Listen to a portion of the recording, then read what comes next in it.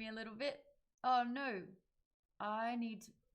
we've added and changed some things, and I have a feeling that there's an audio piece here that isn't in that needs to be. Good Lord, you can hear me though. A big hello. This microphone's so far away, but it's so big and I don't know what to do. It takes up my lighting. Oh, well done, Isaac. Stopping at 15. I'm muted in Discord. Thank you. Yes. Well, I just have to figure it. Did it work? God damn it. I didn't copy and paste.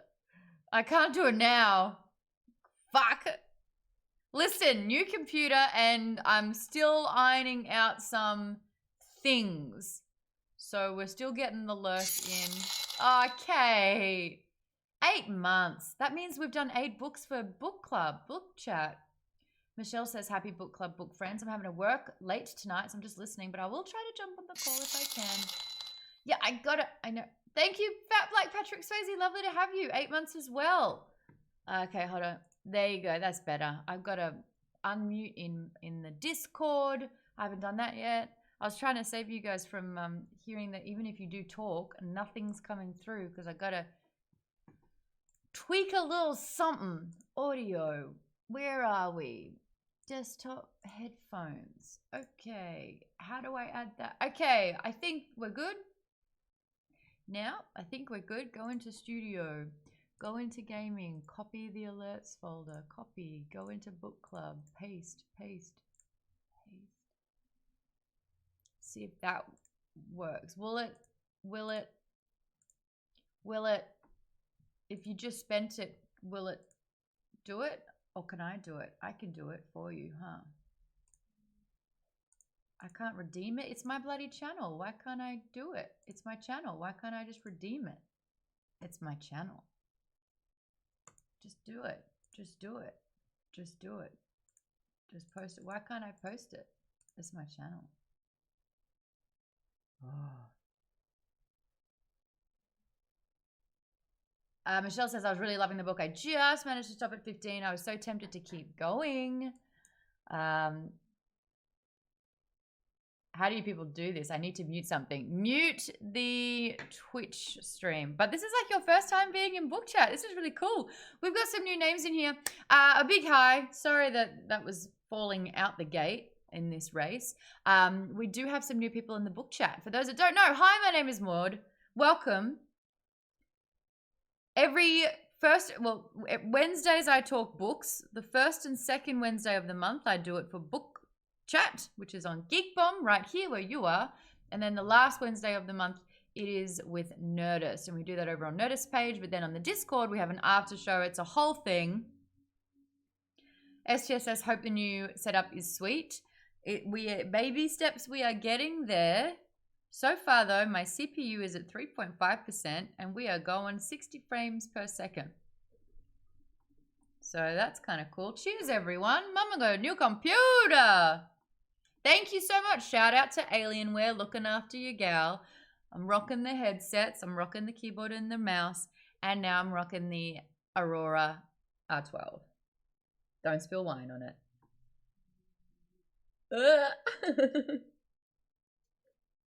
No, never. This is my child, after all. I've got a couple of them now. A dog and a computer. And that's just the way we like it around here. We are doing a new book for January. Project Hail Mary by Andy Weir. This is the first Andy Weir book I've technically read, but not bought. I discovered in my Audible that I bought The Martian a while ago. So we're doing this book. The first week of the month, we'll do the first half of the book. And usually that's a little bit more like character, talking about the writing, how we like it, maybe some of the themes. Jeff 2.0 is in that chat saying The Martian was an excellent read. And then in the second half, the second book club of the month that we do on the second week, we talk about the rest of it, the spoilers, overall thoughts, and we rank and rate it if it needs ranking. We usually rate. We've got some new members in book chat. Now, when I say book chat, it is a paid perk on the Patreon. Couple of P's there. For $5, you get not only access to the reading channel where we talk about the books 24/7. There's a whole community just on the secret channels in the Discord alone.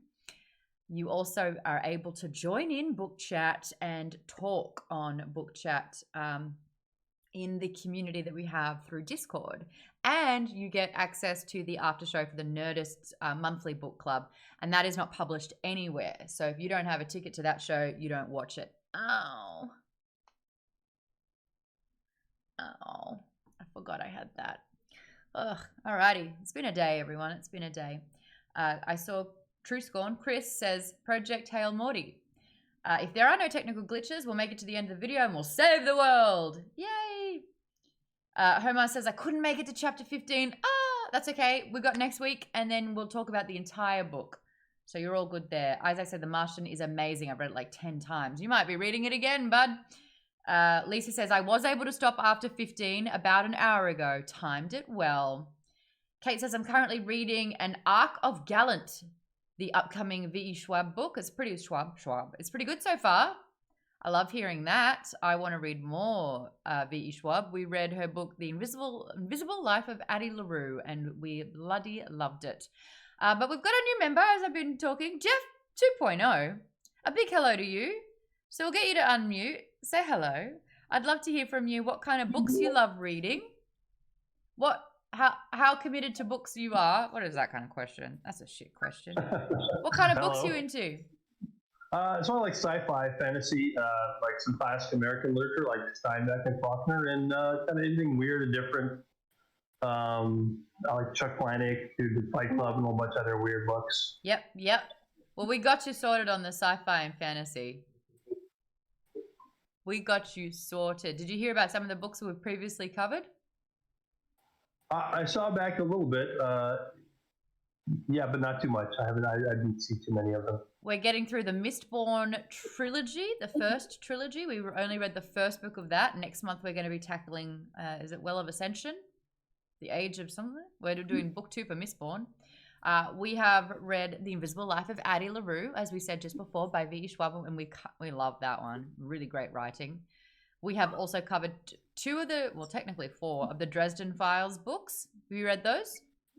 I've actually read 1 or 2 of those. Yeah, it's been a little while. We've done those. Cersei was for Nerdist, Thierry. We have also read Chat. We have also read Lisa. Lisa, what else have we read? Help me. What else have we read? I'm going to have to open up the YouTube page. I love that we are just all scratching our noggins. We're all there. So it was my birthday yesterday. Oh, thank you, Maude. This is what happens when you open up the Geek Bomb page. You just hear me shrieking. So it was my birthday yesterday. Book club. Summer Night, Grave Peril by Jim Butcher. Invisible Life of Addie LaRue. Oh, we did so much Shadow and Bone business. We read Rule of Wolves by Leigh Bardugo. King of Scars. Crooked Kingdom. Six of Crows. Six of Crows was one of my favorite books of 2021. So, yeah, totally forgot all about those. And all the videos for those previous iterations of Book Chat are all on the Geek Bomb YouTube page. You know you found it when you hit, so I watched this on my birthday. That's where you're at the right spot. Jeff, favorite book you've ever read? Oh, you put me on the spot. Yes. I'm going to say Winter of Our Discontent, John Steinbeck. The Winner of Discotheque? No, The Winter of Our Discontent. I absolutely misheard you. My goodness. The Winter of Discontent, not The Winner of Discotheque. Very different books. Oh, no.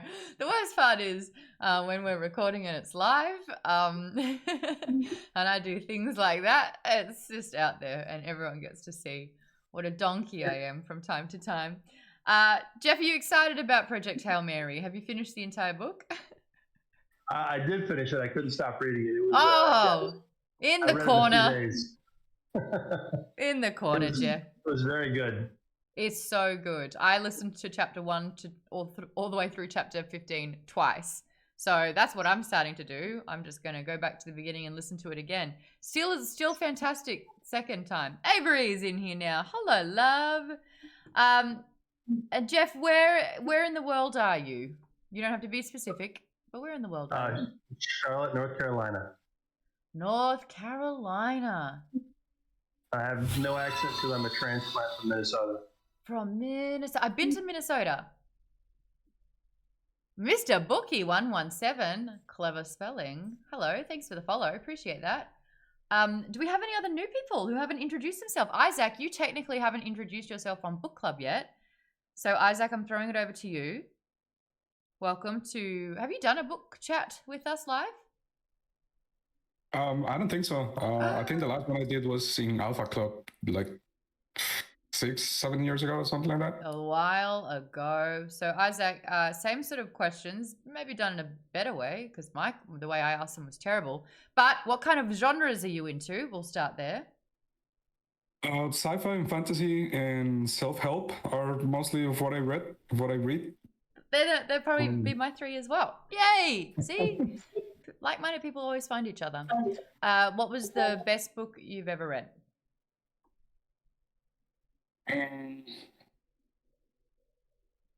I think the one I've read the most is The Martian. You really read it like 10 times? I've read it back to back 3 times on a flight. Because Whoa! It was so good. It was like, I need to read this again. Where are you going? Australia? It was a flight through Europe. So it was like 18 hours or something like that. But that and the 4 Agreements, I really love rereading like every year. I've read the 4 Agreements. I think I told you, like, initially the first hour of listening to that book, I found there were some contradictions with how he was saying things, but then the actual gist and the premise I really appreciated. But sometimes he would tell me what I was thinking. He's like, you do this. And I'm like, no, I don't. You're not my real dad, you know? Like, anyway. You're Anonymous cheered. Anonymous cheerer cheered.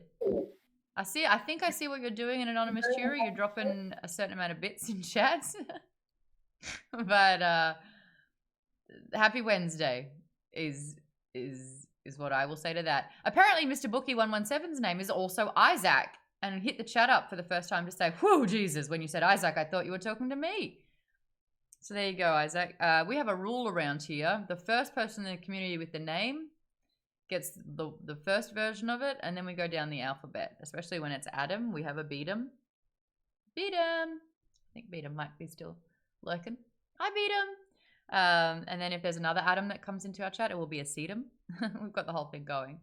I like the fact that we could do the Isaac and then the 2 eyes, like 2. Welcome to our community. You're in this now. This is what happens. Anyone else that hasn't said hello? Fatal Flower, I believe you were on a couple of books ago. Lovely to have you back. How you been? This is me putting people on the spot. How you been, Fatal Flower? We haven't spoken since our Lee Bardugo days. Did you get to read Project Hail Mary? I see you're unmuted.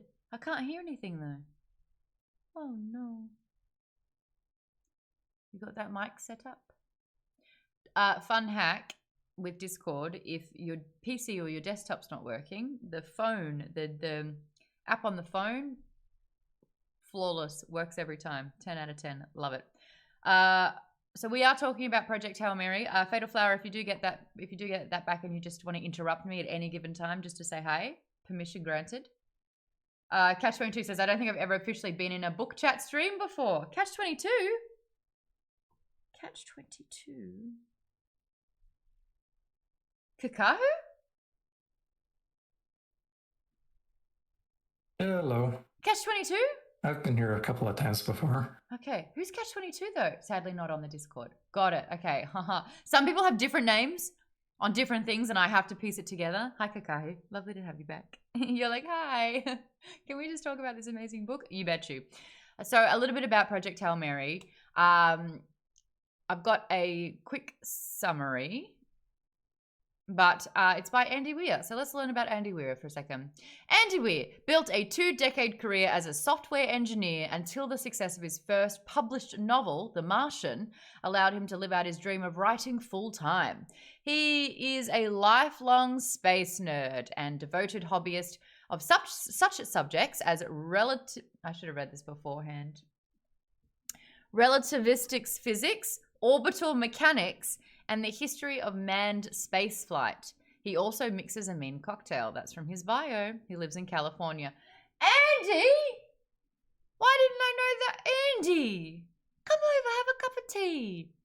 The book, this is how I know he's a nerd, a space nerd. The book came out on May 4th of last year, 2021. May the 4th. I see what you did there, my man. So this book is not even a year old. Well done. Also having a little nerd out with Jeff 2.0 and Cat 22, kind of like understanding the name situations. Authors don't usually get to choose release dates though, says Miss Necromancer. It cannot be a coincidence. I refuse to accept that. I think after The Martian, a coincidence? Space? May the 4th? All right, okay. All right. Well, when Andy comes over for a cup of tea, I'll ask him. So a quick summary of the book. Leave me alone. Rylan Grace is the sole survivor of a suicide mission to stop an alien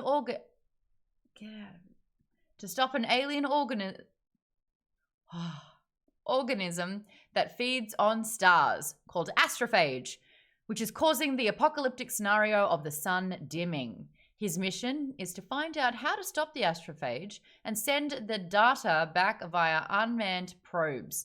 He comes across an alien, Rocky, from a planet, Erid, that is faced with the same problem with their star. The two learn to communicate, and together they find a solution, and Rocky's got extra fuel so Rylan can go home, and that's where we stopped reading.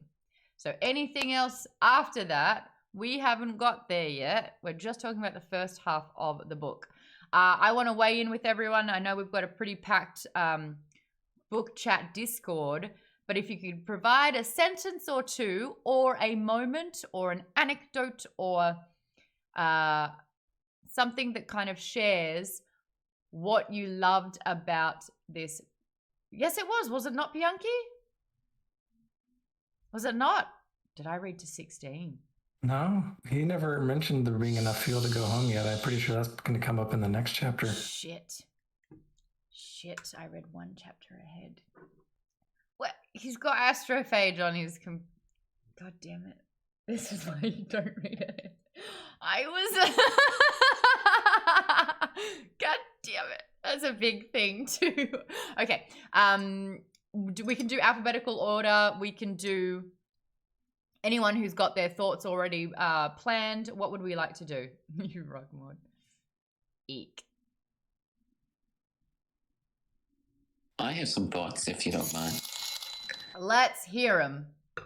All right, great. So, as you may or may not know, I just got back from Florida. Oh. Close enough.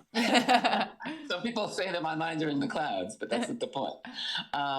But yeah, I just got back from Florida, and on the way back, the lady was reading The Invisible Life of Addie LaRue. Yay! And I was like, hey, that book's great. I literally shouted it at her. And then she turned around and she was like, I've only read like 10 chapters. And I was like, well, you should read Project Hail Mary. Because I was reading it while she was reading that other book. Mm-hmm, mm-hmm. And but what I like about the book is that it's kind of like if Cartoon Network were to write a book. You know, it's got that very whimsical feel to it. Mm-hmm. It's, you know, it's like, you know, he's like, oh, I don't know what's going on, blah, blah, blah, but I'm here. And, you know, whoa, space. You know what I mean? It's like, it's if you ever saw the cartoon We Bare Bears, it's like that, but with space. It's kind of like the childlike wonder that you get from it all. Like, he's really excitable. Exactly. Yeah. It worked so well because I was at Disney and it was a lot of wonder, and then I'm reading the book, so it just made me really excited for everything. I love that. So You You like know? the childlike wonder of the book. Great answer. Exactly. It was like basically saying like the magic is within you, kind of. You know what I mean? Yep, I do. Who else That's it. wants to weigh in on their thoughts, initial thoughts, what they liked, whether it's an essence, like what Jimmy was saying? Who we got? Yes, Colleen.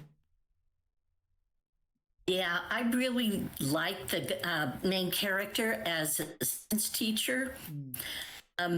He relates to his students a lot the same way I related to mine. He said something about, he had a specimen cabinet, and in one of the jars he just had spaghetti and a boiled egg. Yeah. And the students had to speculate about that. I had a jar with an alien figure in it that looked like it was floating around in a preservative. Yeah. And they were constantly asking me if it was real or not, or if I believed in aliens. So my husband was from Mexico, so I said, yeah, I'm married to an alien. And one of the kids later, I heard him whispering, and one pointed it to it and said, that's your husband. That's great. It just, I loved his humor. The one time he lost me was, I think he got really concerned about something and left all of his students just, like, you've got an assignment, I'll be right back. Yeah. Yeah, we couldn't do that even to go to the restroom.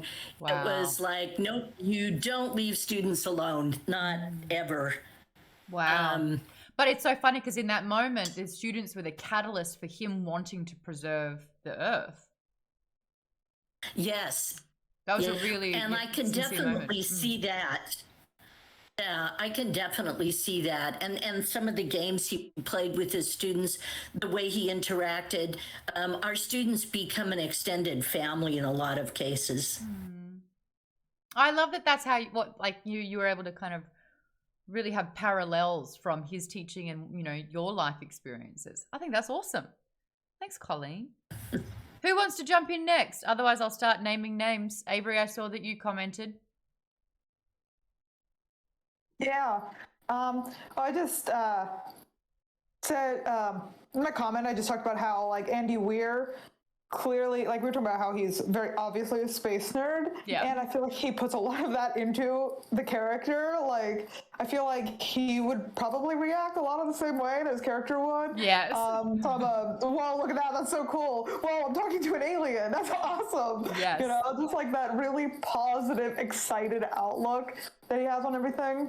Yeah, he humanized it though at the same time, because usually it's like science, it's very scientific and it's a very serious topic of discussion, but he was just like, holy shit. But the fact that he didn't even swear, oh my God, I loved that humor where it's like he finds out he's a middle school teacher because every time he's freaking out, he still only swears in like G words. Like, if that makes sense.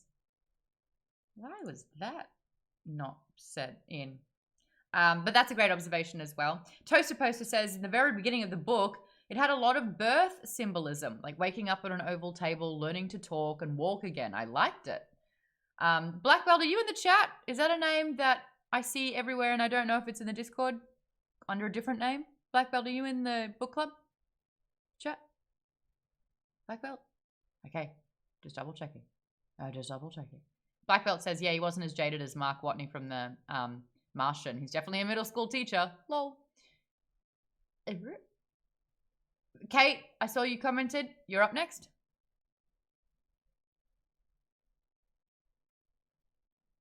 I expected this book just from the cover, and like I didn't read anything into it before I started reading. I expected it to be kind of like sci-fi horror, like that kind of claustrophobic, like alien space horror genre. So I was very surprised when I first started it how whimsical it is. And I just really liked the character's voice and narration is so lovable and cute and funny that you just can't but root for this character. He's just so likable, so funny. It's just different than what I was expecting, and I'm loving every second of it. I actually have a couple of talking points about that, where it's like, you know, having a heavily science-based book with such a likable character. What a smart move. And you're right. I think this is very much Andy Weir kind of like inserting himself into it. Fantastic. That's why I want to have a beer with Andy. Let's have a beer with Andy Weir. T-shirts. We'll get T-shirts made up for that one. But also your second point, which I looked at the Discord and there was a little mouse waving and everything's gone. But I agreed with it. I agreed with what you said, Kate.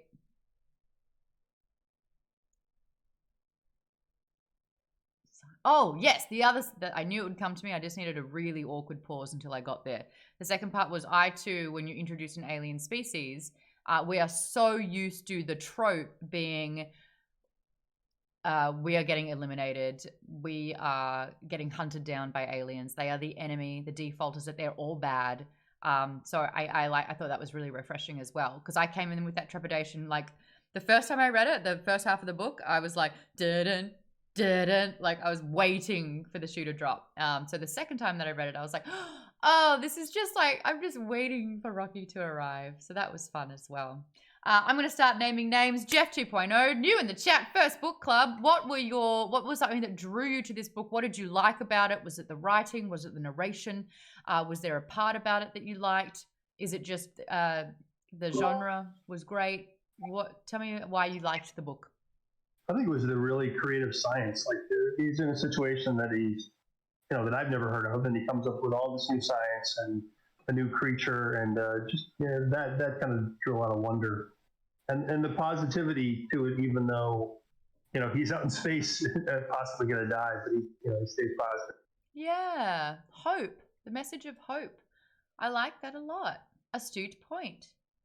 Colleen says he was instantly wanting to know and understand the alien. He was not put off by its appearance. When it was a claw initially, though, you're like, no. Toaster Poster, thank you so much for the sub. 3 months in a row, by the way. Really appreciate that. I also love seeing names in the chat pop up in the welcome room in the Discord. No, that's a lot of fun too. Chris has got a bunch of different names for Astrophage. Solar Suckers, I like that, Solar Suckers. Sunshine Sippers, Star Consumers, Cosmic Ray Captors, and Daylight Drunks. They're fantastic. Chris also says in the chat, it's man versus nature plot, not a man versus alien plot, and I enjoy it. I like that too. Kate also adds, I also love how they're using amnesia for exposition. It's paced excellently. And Avery says, when he was like, I went from last hope for humanity to guy with a wacky new roommate, I cackled. So that's my point. Thank you, Kate. That's my point that I loved. It made science so funny. I was laughing out loud so much. I had a smile on my face the entire time listening to this. Mr. Bookie says, I don't even know if I can remember the last book I read. Mr. Bookie, if you need a book and you want to get into it, we are giving this book glowing recommendations. I will say that if you recommend a book you haven't finished, a person who has read the book will say the very first thing and spoil it for you. Which has happened to me. Also, while doing my research on this, I was like, what's the summary? Oh, yeah, okay. That happened. God damn it. So that's really upsetting for me to have not read too much further and to have the premise and the punchlines and the twists. That's why I drink. I take a while to get the sip in, but eventually I will drink. Joe Bunt Rock, what you love about the book?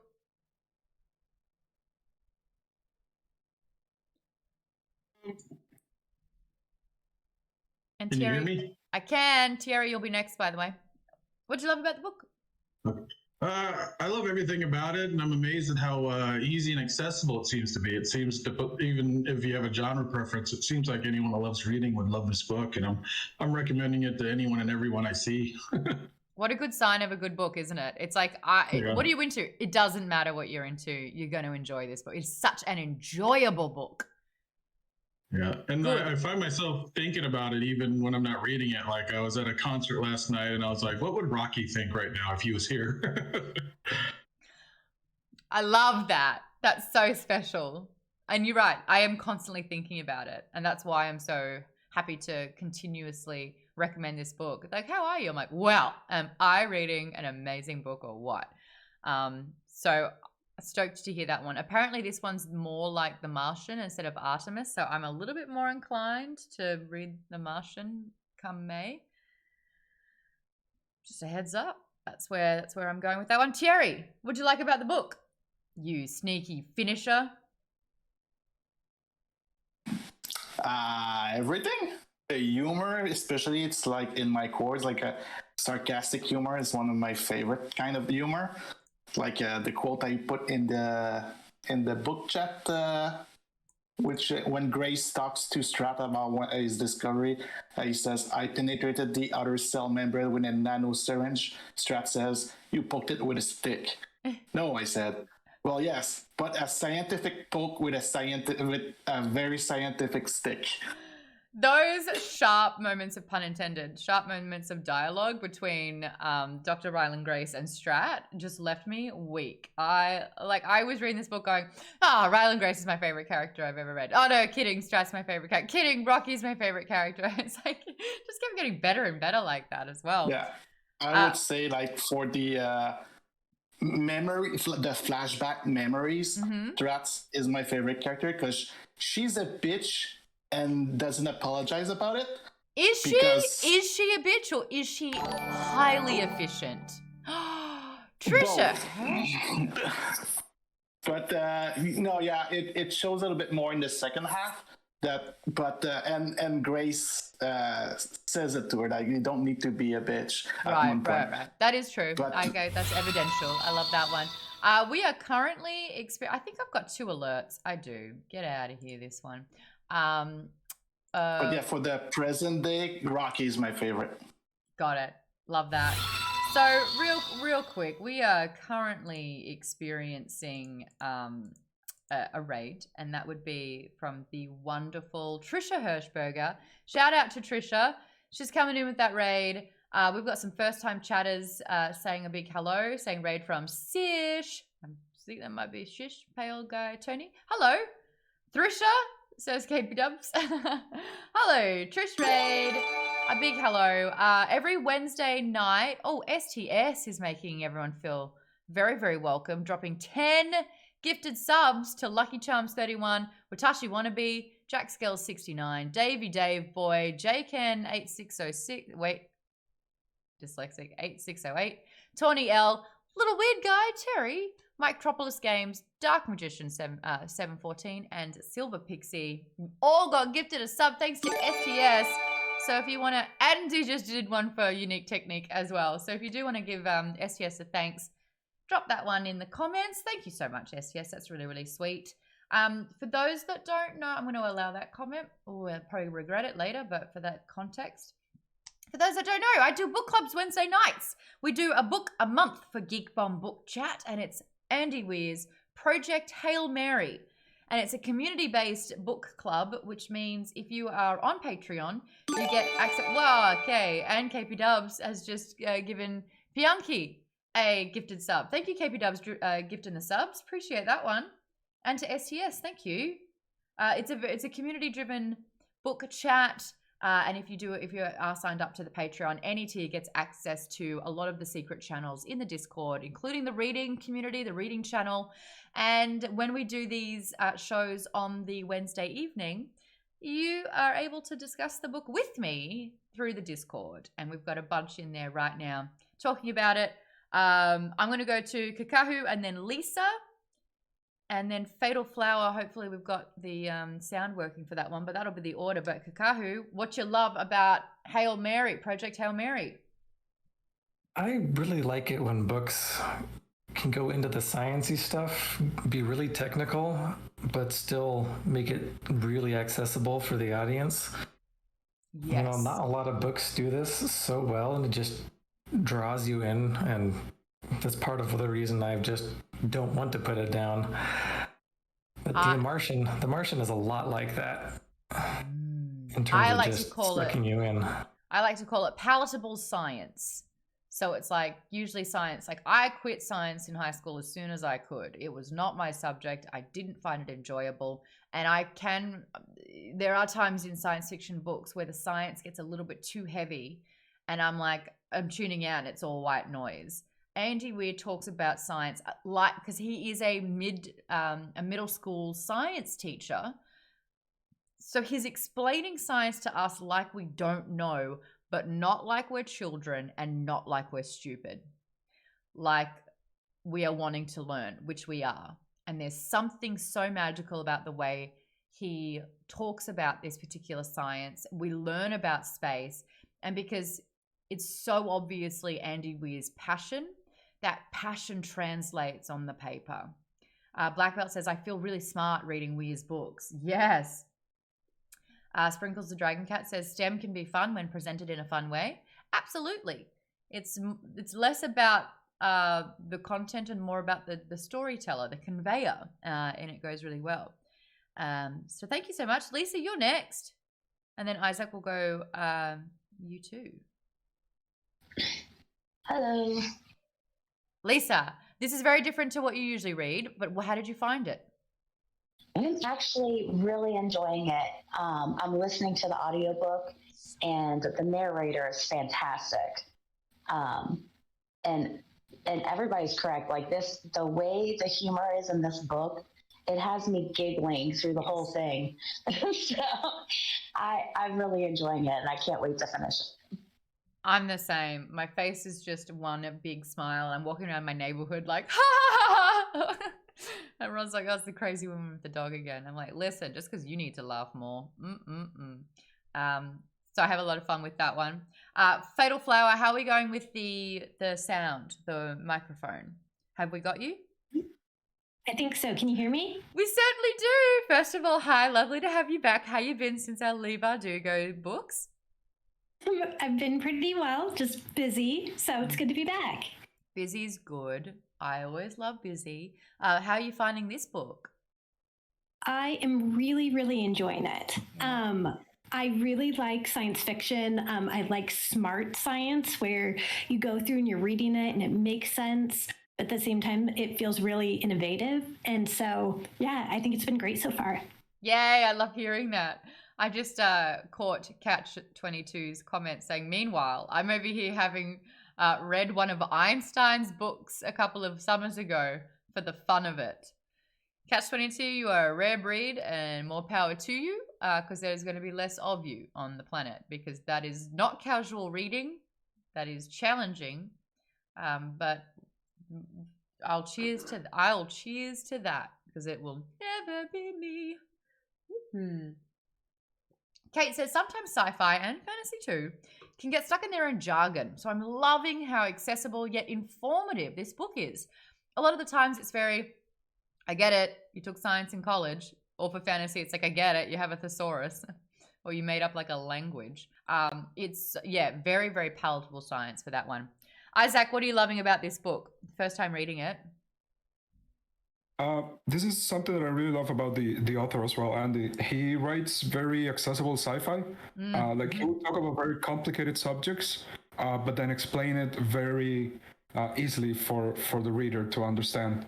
And make it entertaining. Entertaining, yeah. And it happens a lot in The Martian as well, which is why I think I like it so much. I actually... I love the quips with the Russian scientist, I forgot the name. Komarov? Dmitry, yes. Yeah. Mm-hmm. The quips with him and Raylan are incredible. That one moment. Like, well, the studies that we have done were really illuminating. Was that a pun? Yes, it was. That was very good. Get back to it. So that's the thing. He writes dialogue. Like, the description that he uses is so visually engaging that you can picture what's going on. A lot of the time as well with like fantasy, they are brushing such heavy... Okay, this double box is just ridiculous. And I don't know how to just stop it. That one's got one too many. Stop it. There we go. Good. I fixed it. This is a bunch of Maudes going all over the place. But that's because BoXC127 just subscribed for their 16th month. Thank you so much for that. I appreciate you. But yeah, a lot of fantasy books are just like trying to describe too much at once, and all I see is just like a blur. And he describes things in such an articulate way, so it's so easy to visualize. And I think that that is a surefire way to get your book made into a movie, because someone's reading this and they go, I can see how this looks. I can visualize it. I can picture it. And then again, Isaac, you made a great point. When you have those really great dialogue moments and banter, and you're giving so much life to these moments, again, it's like that will hopefully, sometimes it did with The Martian, sometimes it didn't, but hopefully that'll make it into the movie and be incredibly fun. And Kate says, oh, hey, it is being made into a movie. Funny that. Lisa says, I can't wait to see how they bring Rocky to life. So did Avery, basically as well. Who hasn't told me what they love about this? Darian, we haven't heard from you yet. So hey everybody, this book is fantastic. And well, this is one of the first book clubs where I'm actually keeping pace, and I didn't read ahead or read it like years before. Okay. So I'm on the edge of my seat. That's exciting. You stopped at 15. Yeah. I think I went to 16. Middle of 16, and then Yeah. Okay. So, that's where I was. No, but I really like it. I did The Martian for the second time last year, and it reminds me so much of it, like just the way the story is paced and the humor he's injected into it. Weir has a good talent for putting humor in his books. Like I really like his style. But one thing, I don't know if you guys picked up on this as yet, he doesn't put a lot of description, like physical description for his characters, so you really have a blank slate to fill in with your imagination. For him, Dr. Ryland Grace, you're exactly right. We don't know what he looks like. Yeah, I mean, we know the characters very well. He describes them, like, you know, their motivations and everything, but like the physical descriptions is really just up to you. He does that purposefully, I think. I kind of love that. It's the same thing with The Martian. I mean, because the biggest differentiating point between these characters is their nationality. And I think the audio narrator, we spoke about it in the reading chat, did an amazing job of putting on different accents and voices, differentiating the characters. His Kiwi was pretty good, I'll say. But I kind of think if the appearance isn't super necessary, and the personality is their what's dividing them, and like, you know, if the personality is so enriched that you kind of can base and picture the character just on their personality, then that's kind of great. No, I think that's such an astute observation, Darian. Well done. That's awesome.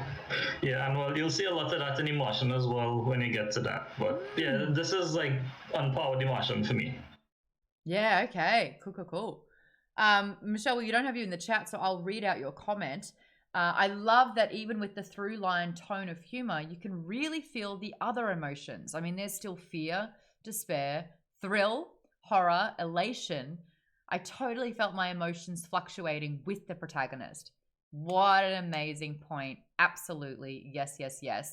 Skullcleaver says, I just got home from work. I bought this book last week, but I didn't read a word due to being so extra hectic and busy. Oh, Skullcleaver, I love the fact that you're here and having a good lurk anyway. If I could just share one thing, people were really struggling to stop reading this book. So maybe this weekend, if you want to get cozy, you're about to have an amazing time. And we're going to be talking about the whole book in its entirety next Wednesday. Kate, oh, what a great point. It also lets the reader see themselves in the character. And I think that that's really important for a first-person narration. If it's written in first person, I mean, like, half of us aren't men. A little less than half of us aren't men. So it's like the fact that, and I'm certainly not a science teacher, but the fact that I can literally step into his space boots and live vicariously through him and not feel out of place, really good writing. Great observation, Kate. Thanks for that comment. Kakahu, you wrote in the reading channel on Discord. Do you want to share that? Because I actually really like that point. Sure. I said that I note that I rarely ever find a sci-fi book that's too heavy on the science or hard to understand. More often, I fear of getting books that are just too basic or they get the science wrong, like a lot of TV shows and movies do. I think that's really incredible because the majority, like the consensus, the majority of us were saying, "Ooh, that jargon can get us bogged down. Sometimes the science is too heavy." But you've provided the flip side of that, which is sometimes they simplify it too much, or they're trying to make it palatable, and instead they're just getting it wrong. So yeah, thank you for that. I really liked that point. Skull Cleaver says the best thing about winning Alienware stuff in the raffle is that my headset matches mods. Skull Cleaver, can you take a photo of it and post it in the Discord? I'd love to see it. I'd love to see it. Thank you. Alrighty. So now that has sneaky burp. Has anyone not spoken up about what they liked in the book? I feel like we've gone through everyone, but like I said, there's quite a few people in the Discord chat. Did I miss anyone that wants to speak? Because Seb, I know you're not there. You're asleep. And Chris, I know that you'd rather chat. All right. I feel like we got through everyone. Cool. Let's crush some talking points. I feel like we've kind of touched upon a couple of them. But, where should we start? I think we'll start with maybe themes would be better at the end. Okay. I'm going through the writing. Let's talk about Andy Weir's writing at the moment. Disco Cobra, 11 months, says, "Sup everybody, howdy Maude, hope all is well." Thank you. Thank you so much for the resub. Appreciate you. We've still got 150 people in here wanting to learn about Andy Weir's Project Hail Mary. Hold on, earlier someone said, was this the first time that everyone has liked the book? Yes. This is a flawless victory. This is the very first time that everyone has, hands down, absolutely loved this book. That's huge for us. So if you haven't read the book and you are still watching this, we're going to start getting into spoiler territories and general discussions on the book.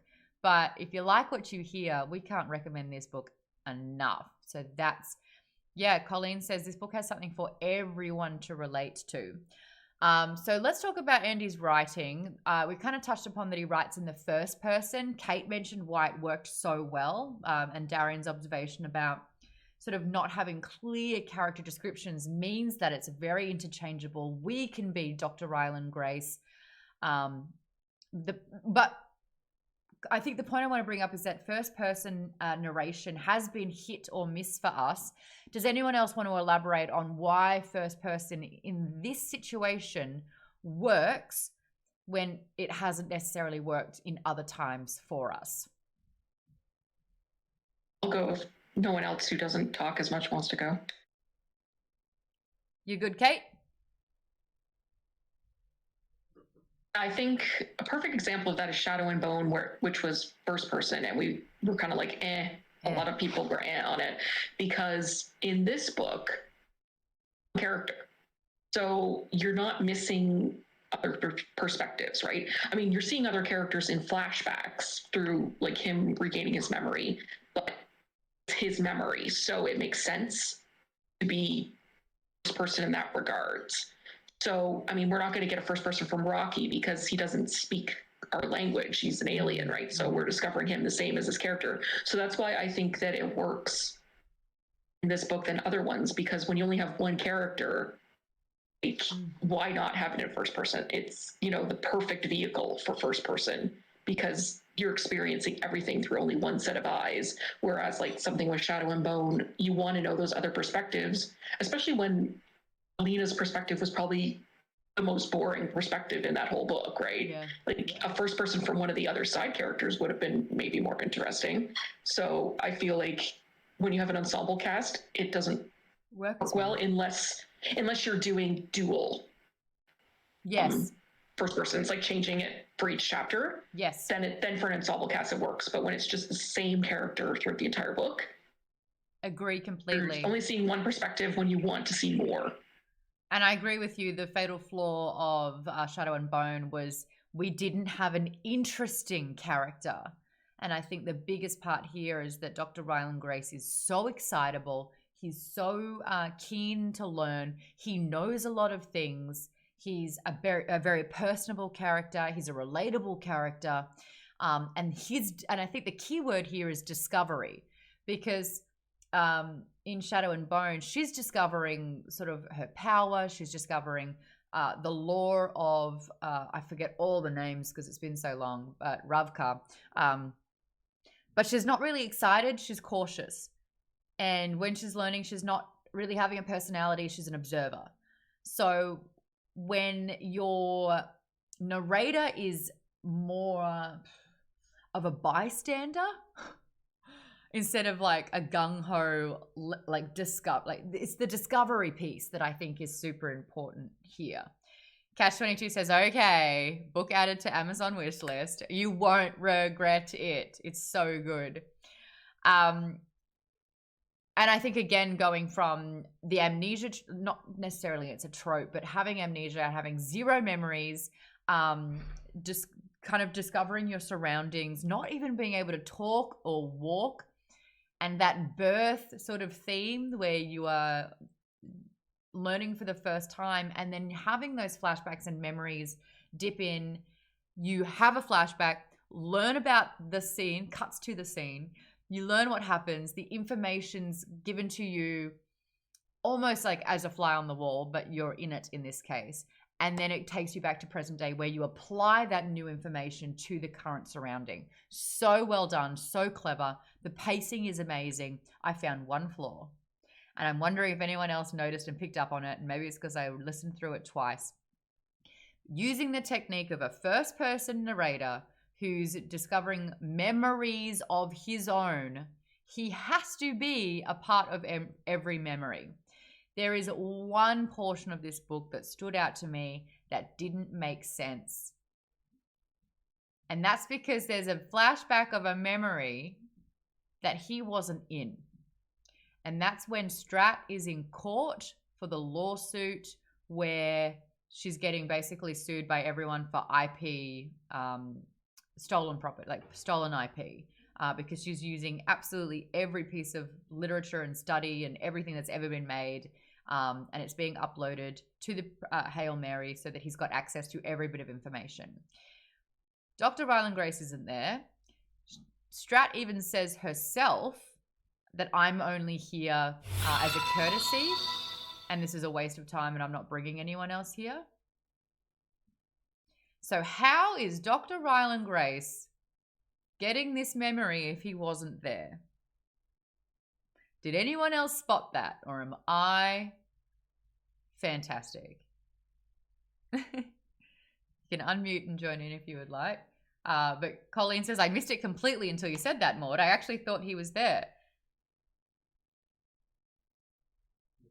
Kate says, didn't she just say that that was going to happen?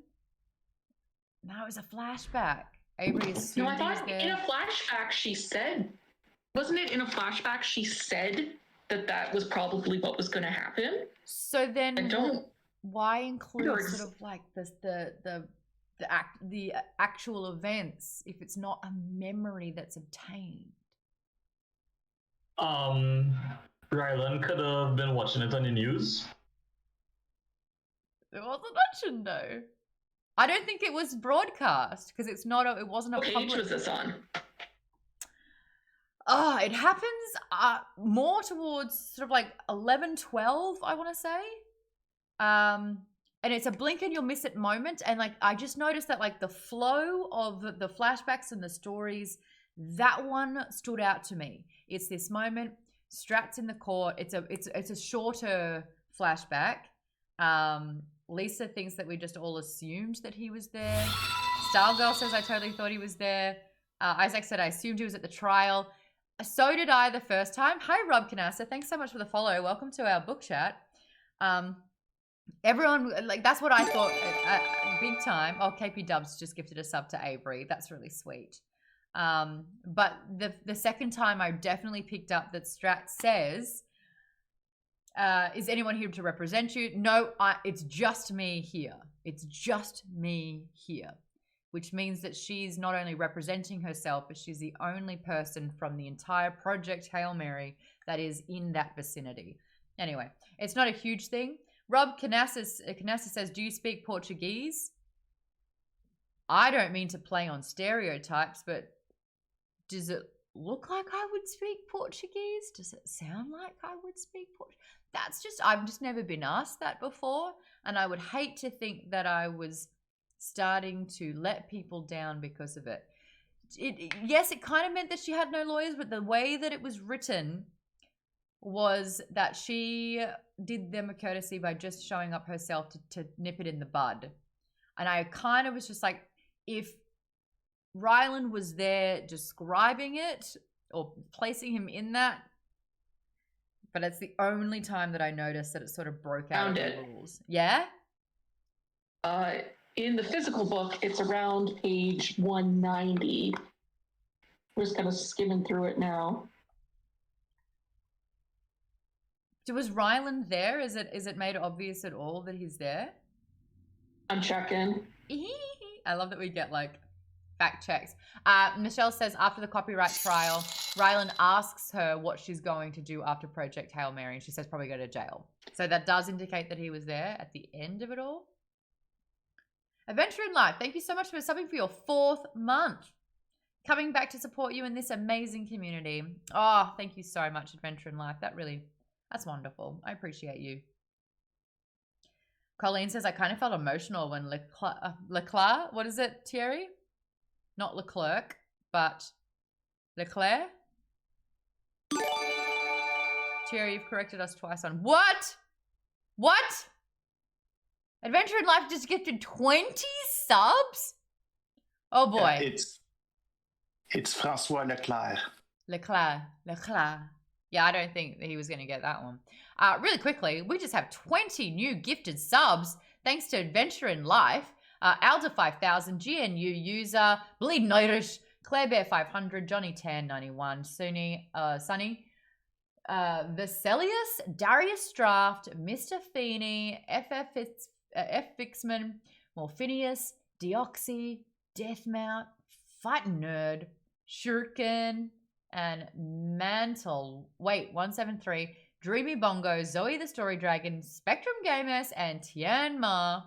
You all have a gifted sub. Thank you to Adventure in Life. If you scored or managed to nab a gift sub, give Adventure in Life a shout out. KP Dubs just said, well, holy cats. Thank you, Adventure in Life. Thank you so much. DH Discord just said, good job, Adventure in Life. All right, Kate, you read the scene. Hit me with it. Am I right or am I wrong? I want to be wrong. You're ambiguous. It doesn't say specifically that he was there. It doesn't say when she says alone, she means that she does not have a legal team. She's acting as her own lawyer. Yes, but there is no reference to anyone else there. Yeah, but he could very well have been in the audience. It's just not referenced, though. Isn't, but that doesn't mean you're right. It doesn't mean you're wrong, but it doesn't mean you're right. I am neither and both. Oh, okay. I love that. All right, cool. Sweet. All right, cool. I brought that up. So moving on to the next point. We're doing a bit of a Q&A. I can drop these questions in the chat. Oh, shoot. Hold on. Paste. I'm going to drop them in the chat so everyone can answer as well in the chat. And we can read those out as well. Colleen says he seemed to follow her around a lot as she dealt with all these world leaders. You're right. It would absolutely make sense that he is there. It would. It's just not mentioned. But anyway, number 1, there are so many novels about movies and space. What is it about space that fascinates people around the world, do you think? Do you think that in 2021, when this book came out as well, is this sort of like a don't look up but hope instead of despair? I'm going to do open-ended questions, so anyone who wants to jump in, unmute your mic, and I can start the conversation. No, I would think, because space has been, a big thing, for many years. But the great unknown is also scary and thrilling at the same time. Mm-hmm. You know what I mean? Yeah. So I can understand, like, because when you don't know something, right, your mind races to try and figure it out. You know what I mean? So it's just gonna be like, oh, imagine if they had flying cats, and then you get Zephyr Cat, and then you're like, imagine if we could have these swords that were made out of pure matter and could cut things. You know, it's like, imagine a ship, you know, designing a ship with it, you know, it's like a whole thing, you know, like it's limitless possibilities. So that's why I think people like space so much. You had me at the first part of that because you were emulating what everyone was saying in the chat, and that is space is the great unknown. It's the unknown, says Lisa. Catch22 said it's simultaneously, Americans say simultaneous, I think, horrifying and fascinating. And then Miss Necromancer says, never forget that space is dangerous and terrifying, even without any kind of alien warfare. Jeff 2.0 says, in all cases, his follow... Oh, we're talking about the other thing. My bad. Avery says, we know so little about it, and therefore it's both terrifying and fascinating. Adam Vision has chimed in. Sup, bud? Says, space is the never-ending mystery. It can be absolutely nothing and everything all at once, and it's forever fascinating because of that. KP Does says space is the final frontier. 500 years ago, it was crossing the oceans. The planet is now mapped. Space is the last step. Well said, KP Dubs. Kate says it's because it's all around us. Literally. Take that, flat earthers. But it's somewhere we'll never go. It's like Narnia or Middle Earth, but it's a real place full of possibility and wonder. Colleen says so much of space is still a huge mystery in spite of the fact that we keep learning so much. I kind of keep it a little bit more grounded, like the way that whoa. Sam God, Emperor of Misfits, thank you so much for the follow. Welcome. We're doing book club, book chat tonight. We're talking about the first half of Andy Weir's Project Hail Mary. I think it's because, especially after seeing Don't Look Up, I think that there are people that are using entertainment, they're using new mediums to discuss the future of our planet. And I think that we are recognizing more and more that we're just obliterating this one place that we have to live at a rapid rate. Climate change is real. Greenhouse gas emissions real. We're doing all of these things. And the more it gets ignored and not prioritized, the more, and like the fact that even billionaires that, I mean, they make money because they're obviously smart in one business sense. But the fact that they're using their huge money resources to try and get the truck out of here, that's also a little unnerving. I will say, though, that Don't Look Up, I found it, watching that, it was satirical because there is a chance that should shit go down, capitalism will rear its ugly head and they'll try to monetize the entire experience. What I really, really liked about Project Hail Mary is that we are looking at a dire, scary, possibly likely scenario of the destruction of the human Earth. In this case, it's with astrophage, a organism that is parasitic and absorbing light from our sun. Cash22 says, Don't Look Up made me angry. I loved it. But I was heated by the end. Exactly. So I almost love Project Hail Mary, well, the first half of the book, because it's actually unifying Earth. Strat is such a powerful character with unlimited resources because all of the United Nations pooled their resources and believed the catastrophic nature of the sun dying and what that meant. And even in that beautiful scene with Leclerc, where he is a climate scientist that has predicted half of the population dying within 19 years and not wanting to believe that, but starting to roll out plans because it's going to happen. I loved the leadership and the demonstration of leadership and the fact that there was a sense of uniting instead of a sense of disparity. I really liked that about the book, but I don't see it as like... I got a bad feeling about this. Exactly, Rob Play. But I really liked the way that I saw this book being important now isn't because space is so cool, it's because space is becoming a reality for our survival. Rant over. Gaia says one of my favorite things about space is that it's mysterious and yet it's constant for all of us. Like, think about the moon. Generations and generations pass. Moon's still there for us. That's it. Moon's a very integral part of our existence. Earth is our spaceship, says Toaster Poster. We need to care for it. Kate says, I feel like that's probably the most unrealistic part of the whole book. We've shown already as a species that us banding together to unite against a common threat doesn't happen. Fuck.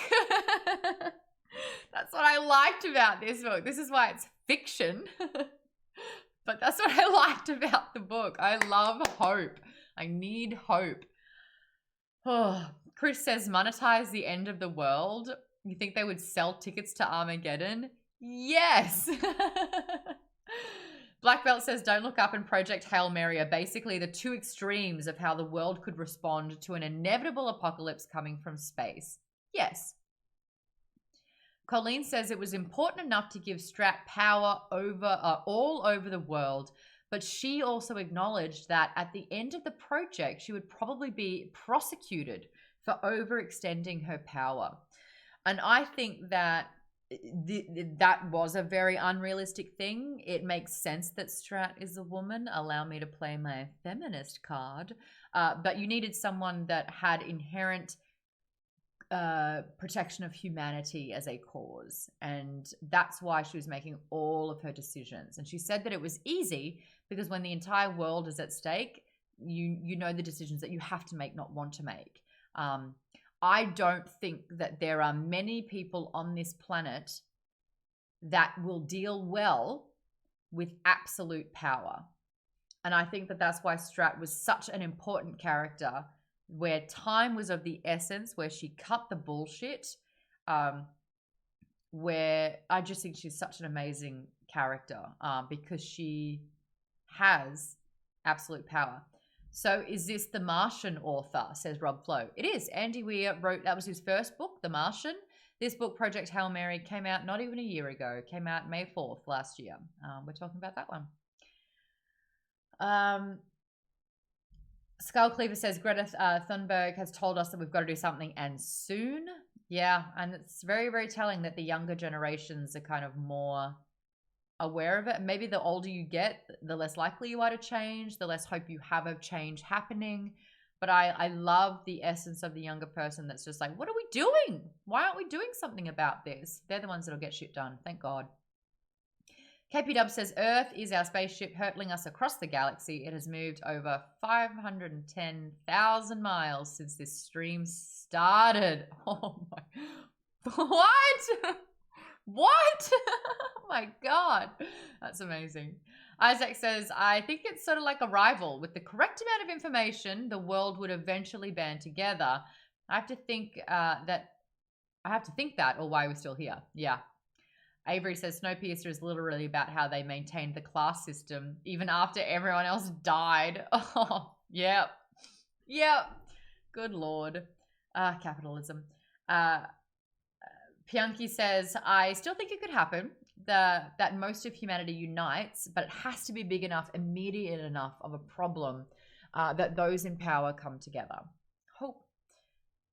Gaia says, yeah, that's how I felt about watching the Martian film. Humans working together felt more unrealistic than folks being on Mars. Oh, shit.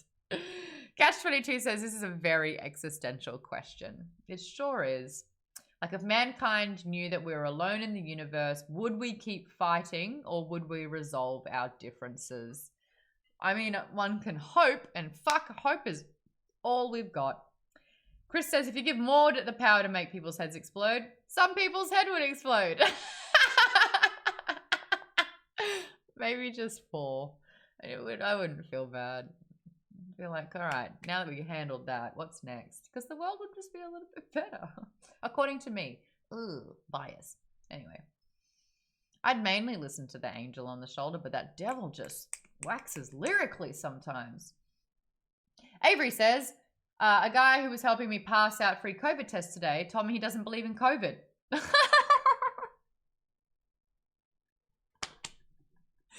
my god. Avery, what happened? What? Avery, can you tell me that story? Yeah, I was like passing out free COVID tests because I work at a library and we have them. And this guy was like helping. He doesn't work at the library. And he was like assisting with like traffic control and everything. Yeah.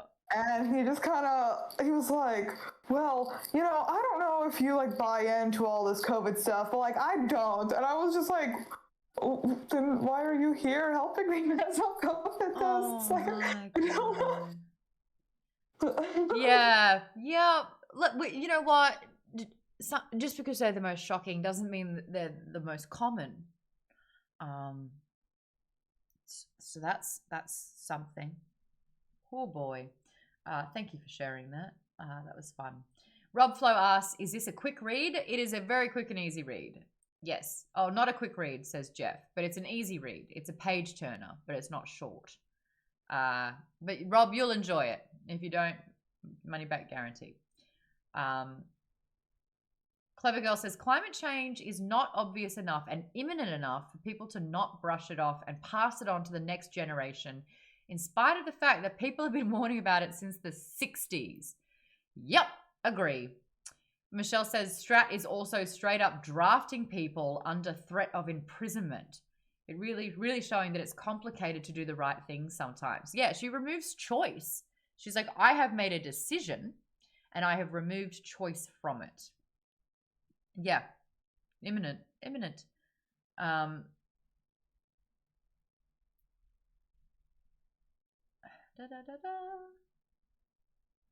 Terry asked if that's a little if it's a little voice in my head that tells me to eat chocolate. Yes, it is. Okay, Kate says, we definitely aren't the only species, but space is so damn huge that it would just be pure luck to run into another species, and one that is more advanced than us, because we are still primitive in terms of space age. There you go. All right. I guess the next question was, did you read The Martian or Artemis? How did Project Hail Mary compare to it? And which one did you like better? Isaac, I know that you've read The Martian. Which one did you like so far? Which one are you liking better? I'm really enjoying this one. I'll have to finish it to really come up with which one is my favorite. Mm-hmm. But I'm really enjoying this one. I really like the science, the funny. So I think it's going to be tough to choose which one of the two. It looks like majority of people are saying this is their first Andy Weir book. Thierry, you've been recommending Artemis for quite some time. Are they very different? Which one are you, because you finished Project Hail Mary, which one did you like more?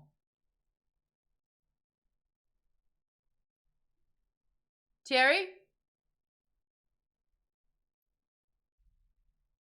Yes. So, yeah, I think Artemis have been like trying to get either Nerdist or Geek Bomb for 2 years. Yep. Yes, you have. Mm-hmm. And I would say I owe you an apology, but then you read ahead, so now we're even. I would say I like the humor more in Project Hail Mary, mm-hmm. But I like the thing I like most about Artemis is it's more of a adventure book than a scientific book like Project Hail Mary and Martian is, because I also seen like the movie a lot of times, so mm-hmm. I can like compare a little bit that I would say Martian and Project Hail Mary are more similar than what Artemis is compared to the other two. Manta says The Martian's my favorite. This is number 2. I liked Artemis, but it's third. Guy said I was gifted The Martian long ago because I enjoyed the fear, but I've yet to read any Weir books. Well, Gaia, I think this is like a pretty good encouragement. You know you're in for a good thing. Toaster Poster, great question. What is Strat's alignment? Lawful neutral. You're right, because she's not lawful evil. She's not lawful good. it's chaotic, but it's done for the good of humanity. Yeah, that's a really great question. What is Strat's I'd make argument? the argument for lawful good. Lawful good. Because, she's going by like a strict tenet of saving humanity, right? So when you're like following your tenet to save a race, yeah, your feelings usually don't come into it, right? Oh, but lawful good, that's a hard one because they won't want to put anyone out. There still needs to be choice. It's almost like a real world. It's kind of chaotic good. Example. It's kind. Okay. Yeah, it's a great question. Because if you look like at a modern religious symbolism that it's like someone's following a strict tenet of their god, they are, even if it's something that's like super bigoted, they are considered lawful good, aren't they? Lawful evil, if you're hurting other people but you believe it's for the greater good. I know, it's a great question. It's a great question. It really depends on the take on it. Fatal Flower, you're there. You've read quite a few Andy Weir books. Rank them for me. I think out of all of them, I really loved The Martian. It was fantastic. I don't know how to rate this one yet since I'm only halfway through, but it's well on its way to potentially being my favorite. And then with Artemis, I didn't like that one quite as much. I thought it was okay. I think I gave it a 3 out of 5 on Goodreads. So it was all right. But yeah, these other two, definitely liking them a lot more. Okay. Right, I think we got May locked in then. Black Belt says, I loved all 3. I loved The Martian and this. I'll have to reread The Martian when we cover that to decide which I like more. Artemis was good, but definitely my least favorite of his 3 novels. All right, Black Belt, pencil it in. May, it's gonna be Mation. The Mation Nation. I gotta stop. That's terrible. It's all bad. Toy Boat Sailor says, I liked all 3. I really liked Artemis. I agree. Well worth the read. Okay. B-Rock Vandal says, I love that Maude keeps mentioning that Thierry finished the books. We have friendly banter over here. If I read ahead, oh, Lord Almighty, do I hear about it? So it's only fair that we do the same back. Adventure in Life made a comment earlier and it was highlighted, so I will read it. To such a very real degree, we, as the human race, have amnesia to our very ancient past. Look at how far we have come with technology in the last 50 years, and yet there is much evidence that civilization has been even more advanced than what we are now. So, with all of that having been said, I don't know, of course, but I'd say it's quite likely that humans at some time in the past did travel the solar system. What? I'm not high enough to have that conversation. I'm not high at all. That's a bummer. So I'd say that it's not too far-fetched to think that the human race has been to space on a much grander scale than where we are right now. Why can't I get pump points for that one, Kate? That's rude. I want pump points. Speaking of high, I can't wait where that goes. That's amazing. I am high in esteem. Maybe history is repeating itself. Maybe we weren't ready for the technology back then.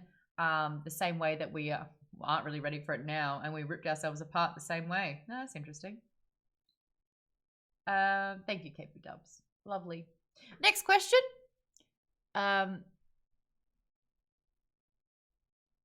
We kind of touched upon question number 3 if you're in the document, so we'll go to question number 4. We eventually learned that Ryland is a science teacher after he left his career as a molecular biologist. Let's talk about why Ryland left that field and then found solace in teaching. I don't know. Academia people are mean. Does anyone have any thoughts on this?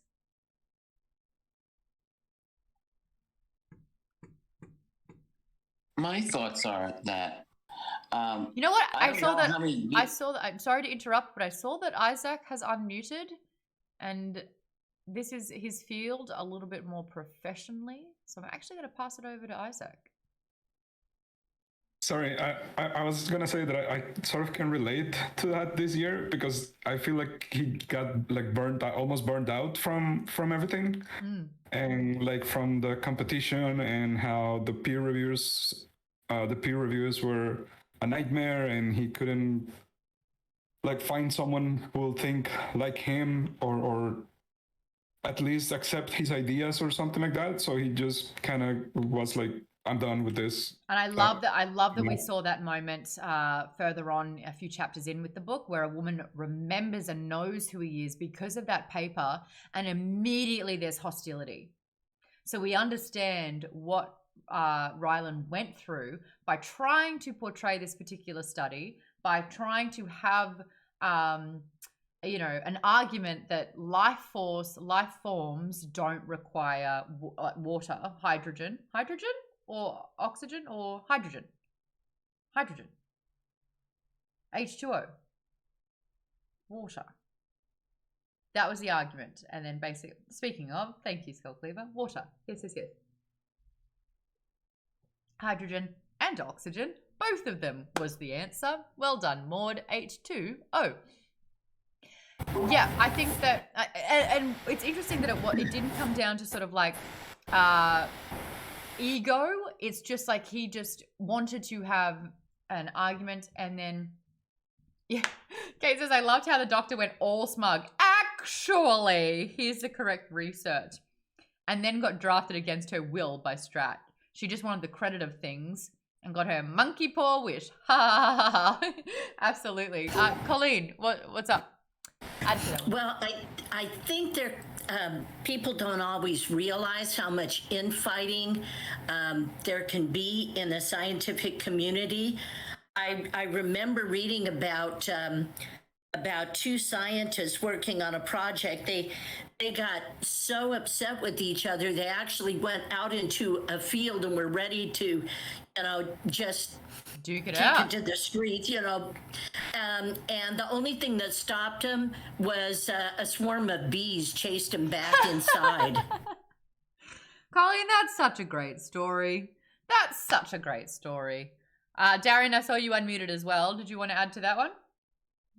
Well, yeah. So one thing I picked up was it wasn't just that his paper was challenging the orthodoxies of the scientific community.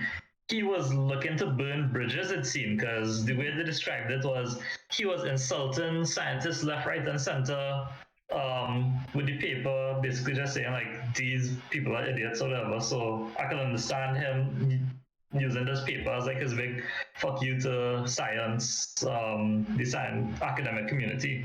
If I were able to interview Andy Weir, a question would be, what was your life like when you had your 9-to-5 career? And then the success of the book meant that you could focus on writing full time. And was there sort of any real life experience faced in there that you applied to Ryland Grace in the academic community? Because I think that that's really telling that there is a sense of frustration. Fatal Flower says, sometimes the politics of working in a specific field make it intolerable, even though you love the field and you're good at it. Look at how many physicians have left the medical field over the last 2 years. Well said. When you are put under pressure for that long and you are undervalued and under-resourced, yeah, you walk away. That's totally true. What a great, thank you, Fatal Flower. That's really well said. Ryland got burnt out on scholarly combativeness and rule. His last published work was a middle finger before teaching kids. That's the biggest epitome of nerd life. Bad bees. I love that. Why did Strat recruit Ryland to help the task force of finding out what is dimming the sun when he was critically slammed as an academic? It was a surprising move. Strat kind of hinted towards the fact that he was somewhat disposable. That's another part of the dialogue that I lost it at, where it's like, why am I the only person? Why aren't some of the most brilliant minds in the world looking after this? Why am I doing this? It's like, because we don't know if it'll blow up. Oh, so I'm basically in this lab and I could die and I'm dispensable. I'm disposable. No, it's not like that. How is it not like that? Okay, it's exactly like that. Love those moments. But does anyone else have like another thought about why Strat recruited Ryland specifically to help this task force? I think it's probably because he was kicked out, because she obviously had no time for the scientific community, like pissing contest stuff. So she was probably like, look, this person had a paper. They're no longer part of the scientific community. They're going to be more amenable to just kind of doing what I say. It's not going to be like, you know, the whole ego trip thing, because they kind of, you know, he's no longer part of that life, and he kind of was already chewed up and spit out of that ego trip life. So the fact that he wasn't part of it, didn't have to worry about the political like infighting and the power struggle and all that kind of stuff with him, because he was like an outsider who had already shown that he was more into thinking outside the box, whereas a lot of that scientific community stuff is fighting about how much inside the box you're thinking, right? But who thought it first? So that's probably like I felt why. There was a little bit of ego with this, I feel, like slight ego, because he wanted to be right. He got ostracized for being inherently wrong, and he got given the chance to prove that he was right, which for a moment he was, until he wasn't again. But I like what KP Dub says. We need someone just smart enough to do the right thing, but not so smart that if it fails, we have no one smarter left to try something else. Really well said.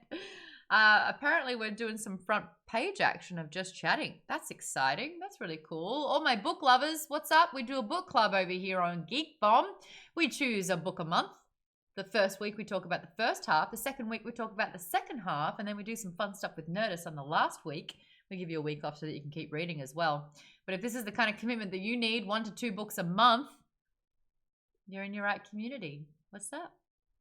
I love talking books. And this one already, we are absolutely loving it. He would have to take a shit down the toilet for the rest of the second half of the book for me to not give it 5 stars. Hopefully that won't happen. Oh, shoot. I should start Rylan gracing my swear words, shouldn't I? Oh, fudge. The next one, oh, someone's highlighting it. 2 people are highlighting it in the document. Loving that. Is this the next one? It is discovered that an organism is absorbing the sun's energy, which will be devastating to Earth and create a new ice age. Rylan nicknames the organism Astrophage and discovers that it can reproduce and uses light energy to migrate from Venus to the sun. What did you think about the discovery, and do you think that this organism could exist in the real world? Do we have any biologists in the chat? Fungus, algae, microorganisms. Does anyone want to weigh in on this one? Jimmy, anything's possible. Agree. I'm not a biologist, but it does sound plausible with the way he's described it, the mechanics behind it.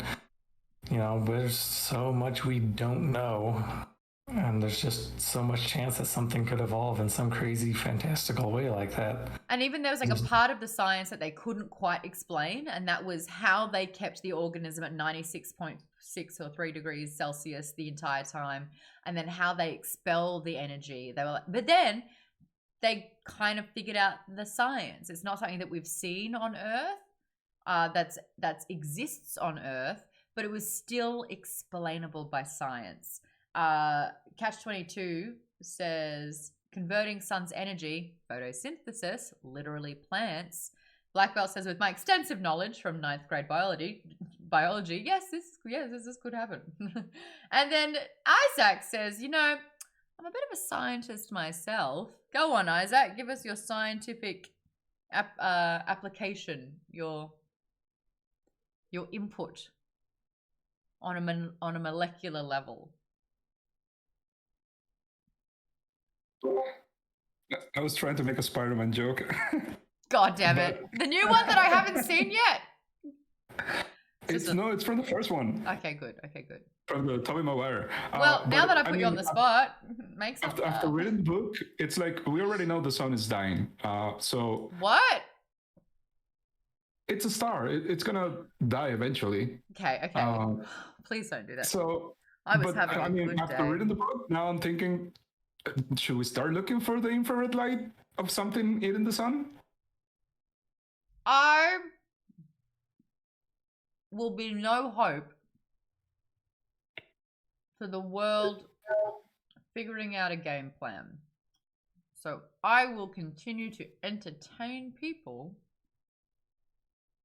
and make the world less shit. but in no way will this brain be able to further mankind in any other way. And that's okay. That's okay. Skull Cleaver says, clip this. I've got chocolate all through my teeth. Maude? Yes, Colleen? Biology really wasn't my specialty. I was more into fossils and geology. But we have found that there are organisms that can live in circumstances that we never believed were possible before. Like the boiling springs in Yellowstone and the ice in Antarctica and the bottom of the ocean. We keep finding more and more, I forget the term for it, but they're organisms that can live way beyond what we would have expected anything to be able to survive. Well, shit. Chris just wrote in the Discord under reading, they found moss growing in the Chernobyl reactor. Life finds a way. My goodness. Look, if anyone threatens the existence of the planet and reminds me that death is inevitable, I will eat chocolate. That's how that goes. It's my coping mechanism. It was very successful. I'm still alive.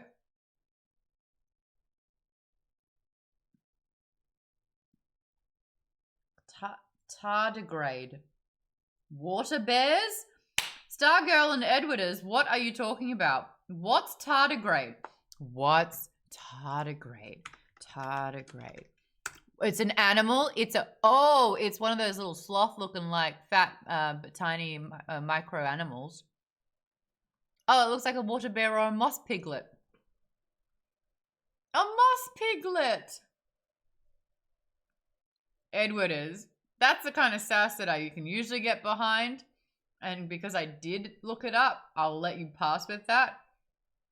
But you watch your attitude, my man. Look it up. And then Alana's face, just to really rub it in. Wow.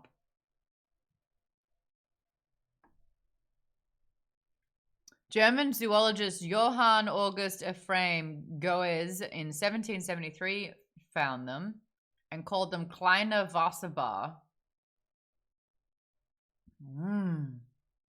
Nearly unkillable. It could have been possible I was out in the last grade.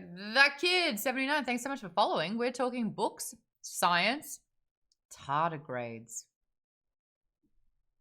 I'm glad I learnt that today. Little water bear is the translation. That's really cool. Didn't they find the first non-carbon based life form a few years back? All right, we are talking about this incredibly awesome book, by the way.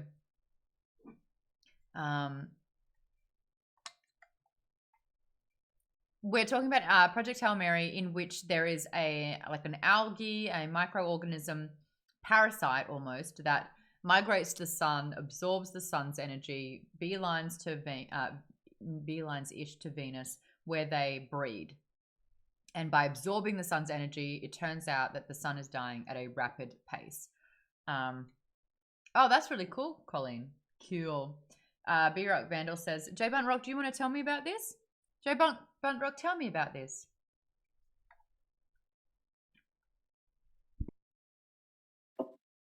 Hello. Yeah, just from back in the 80s and 90s when space travel was a lot more popular in front end, and NASA had they would do live footage from out in space.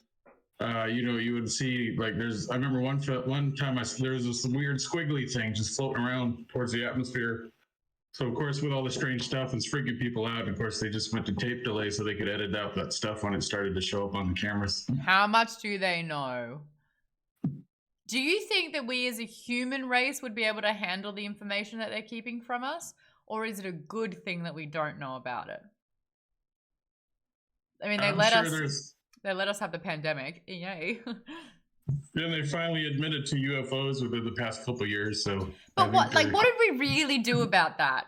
It barely made it. Like, some people talked about it, but it was like mainly written off as a conspiracy theory. Have we gone so far down the conspiracy theory hole that when the government even validates it, we're still going, yeah, like COVID, scientists say that this is a virus, and yet Avery is working with someone handing out COVID tests, not believing in COVID. I think that's why they admitted it. They knew it was the height of the pandemic, and it would just get kind of swept under because everyone was concerned about COVID at the time. So it's still a strategy and a ploy. Would you want to... Wait, are we going to skip the part where he falls off the table with the tubes in? Because I would really like to forget it. Yes, Chris, it's not worth mentioning. I don't even have one of those, and KPW says, ironically, I just watched a video on the Science Channel on how there's a feedback system in the stars. So if you bleed off their energy, they actually burn slower and last longer. Wow, that's cool. That's awesome. Cash22 says, all I'm going to say about that is remember what happened when they aired War of the Worlds on the radio? I don't. What happened? They thought it was real and there was a mass hysteria? I wasn't around for that. Yeah, there was huge panic. Oh, that's exactly what happened. Okay, cool. Cool. Well, if none of you have had a near-death experience and you don't remain calm, then what hope do we have? People lost their ever-loving minds. Okay, so it has been proven that aliens are real. I do want to get back on track with the book, but it has been proven that aliens are real. I always, every time we talk about aliens, think about this scene in Independence Day, same Will Smith, different movie, on how people handled learning about, because you could see the ships in the sky. And there was a pocket of people that climbed to the tallest building in New York City, welcoming the aliens, and they were the first to be destroyed. What would you do? The hippies died first. Were they hippies or were they welcoming and friendly, harmonious, the most open to not treating them like a threat? What would you do? How would you... Do you think we would have more of an alien-esque kind of experience, or is it going to be a Project Hail Mary Rocky type experience? I'd prefer the Rocky. I'm not smart enough to conduct that scientific breakdown of language.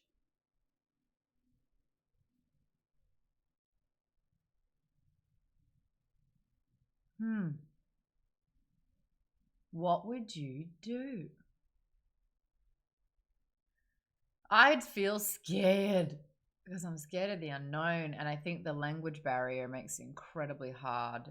They would look at us as being lower than ants or just pass us by because we're not worth it. Shit. We do have the tendency to fear the unknown. Cherry's mind goes to Mars Attack instead of Independence Day. Interesting. So we talk about the fact that in Project Hail Mary, they discover alien life. He's spider-like with a carapace and 5... I've got him here. Spoiler. This is Rocky. This is an artist's depiction of the... I'll pop it over here. This is what... We are friends, question. The interaction that they have, but this is an artist's rendition of what Rocky could look like. Where's Bullwinkle? Wait, what did Adam Vision say? Carapace is his favorite word. Oh dear. Jazz hands. So basically he's made of a lot of minerals. It looks like basically a hexagonal rock. He has 5 arms/legs. They have 3 claws on each of them. And he is the engineer of his ship. They obviously have different ways of communicating. Rocky talks in chords of notes that goes up to 5 chords each. Do you smell what he's cooking? Nice, TJ. Do you smell what the Rocky is cooking? Adam Vision had the audacity to gasp and is clutching his pearls. But yeah, this is a little alien dude. Out of all the alien descriptions that we have in fiction, how would you rate Rocky in terms of, I mean, likability, we already know, but in terms of realism, this is an alien race. Oh, hello? Oh, hello? Something happened in my chat. Kate, you just commented. Jump on. I'm inviting.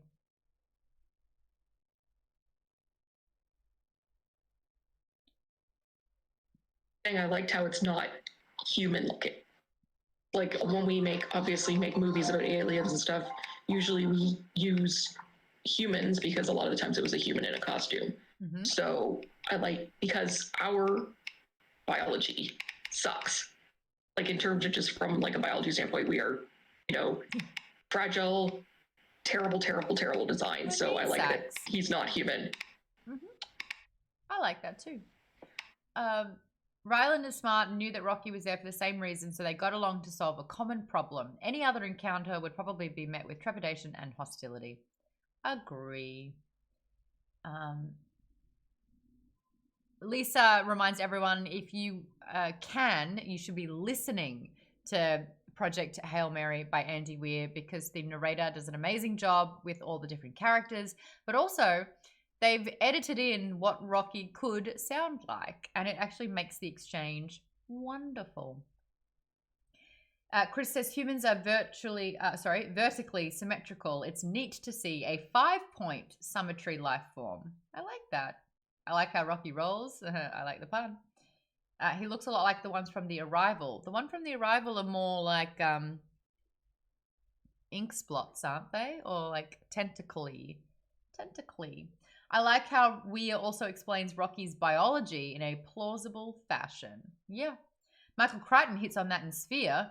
Humans have a hard time imagining aliens without human sensibilities and thought processes.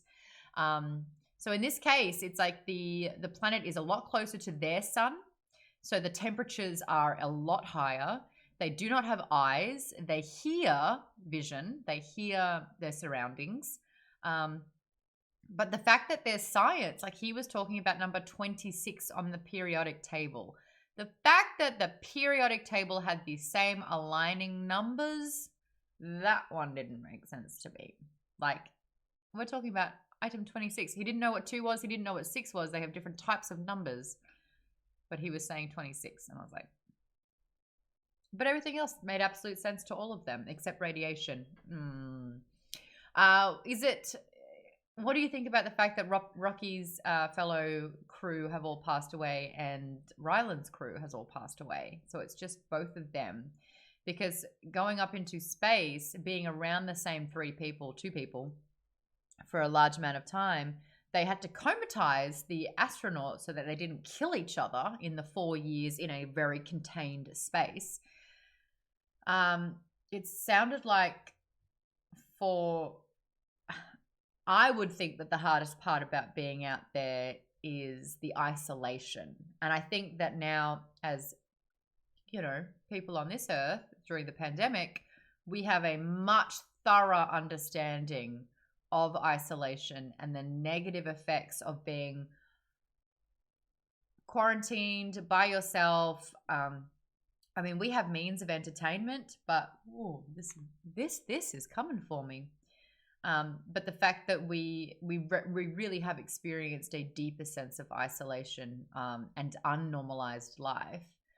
I guess my question is, or the talking point discussion is, poor little Rocky, it's been discovered that he's been on his own for 46 years straight without his crew.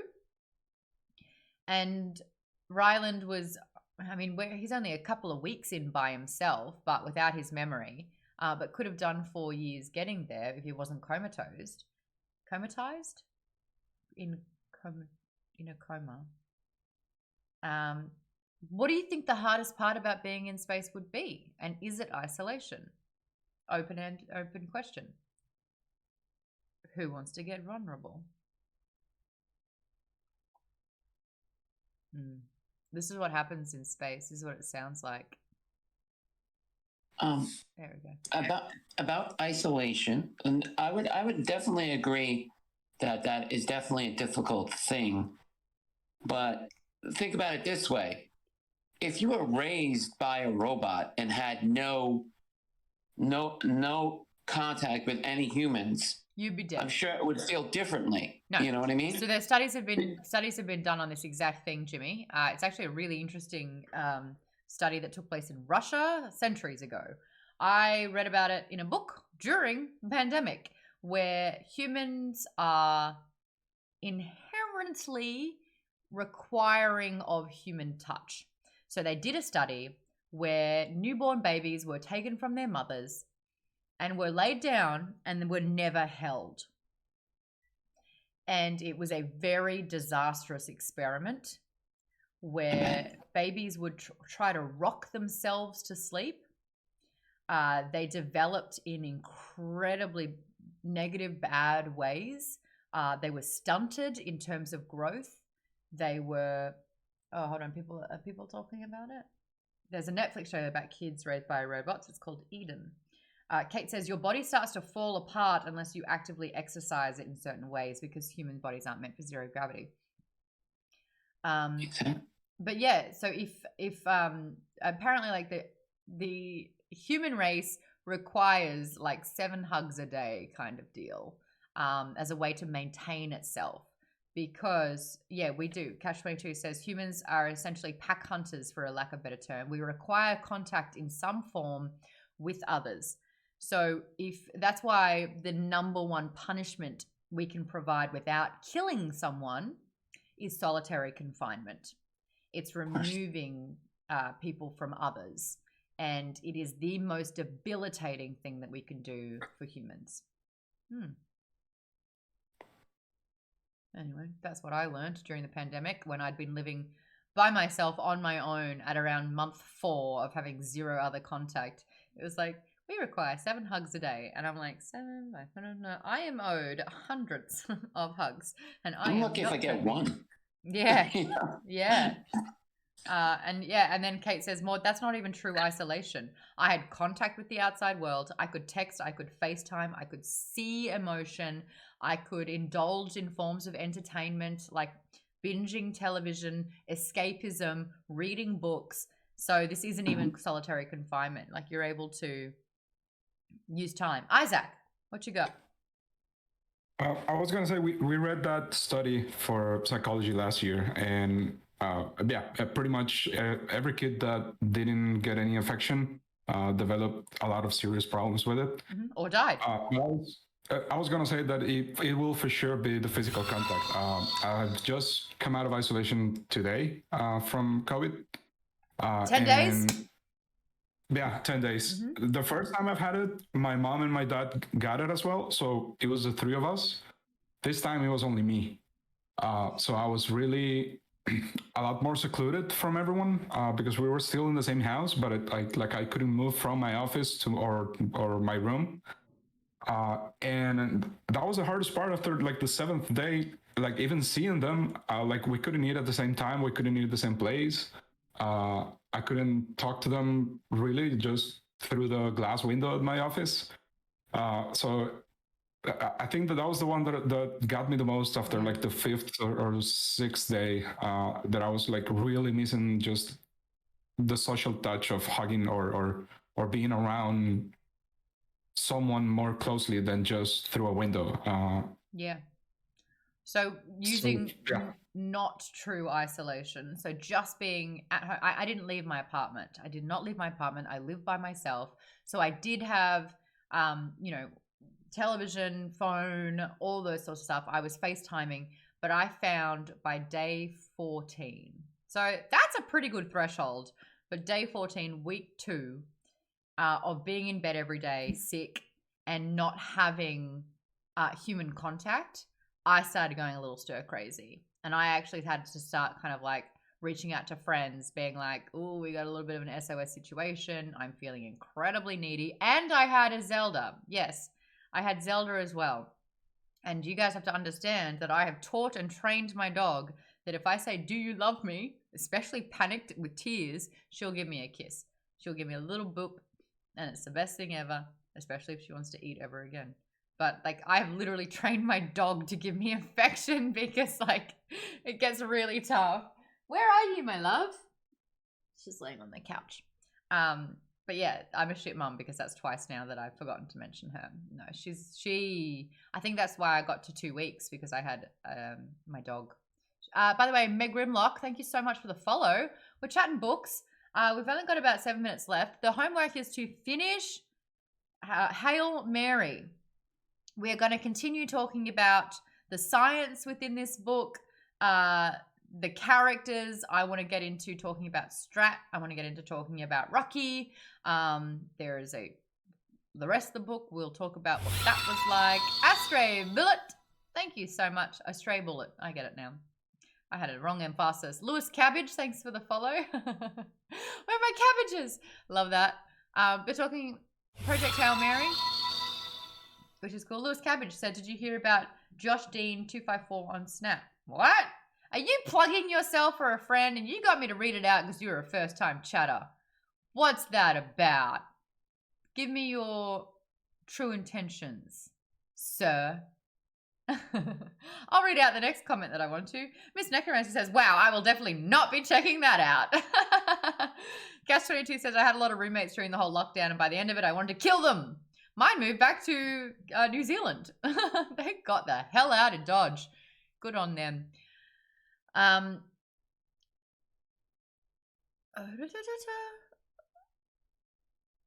Okay, yeah, I think we covered most of the questions in here. One of the facts, though, was astrophage, which is this parasitic-ish organ. It's not really parasitic. Living photosynthesis organism. The reasoning behind astrophage is because the Greek word for star is asto, and the Latin suffix phage means to eat.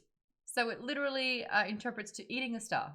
I thought that was really clever, and it didn't get enough credit for that.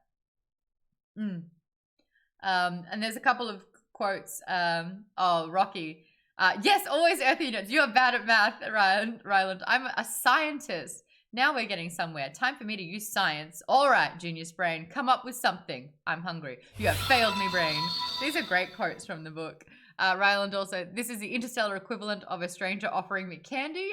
Also good. Hi, Ren and Jester. Thanks for the follow. Ryland, another staff meeting. Who would have thought that saving the world could be so boring? Reminded me of the survived another meeting that could have been an email meme. The fact that, do we have a Goodreads link? Great time to talk about the fact that Geek Bomb Book Club has its own there you go, you did that. No, I did it there too. Has its own Goodreads. Join up for the club there. We currently have 74 members of our book club, and there's 131 people watching, which means surely we can get to 100 members by the end of the hour. Cannot stress it enough. The book, Project Hail Mary, every single person is giving it a 2 thumbs up recommendation. Absolutely love it. It's irrelevant what kind of books you read. This is a book that you will love. Red and Jester says, hello. Toaster Poster says, I loved the Ryland and Rocky going back and forth, saying yes and no. Yeah. It's really well done. It's like, when this means yes. Okay, and then that's the new word. Oh, hold on. If you are just learning yes, then we have to know no. So, no, yes, no. No, yes, yes, no. Yes to no? Was it? The whole thing was really hilarious. Colleen, you have a question.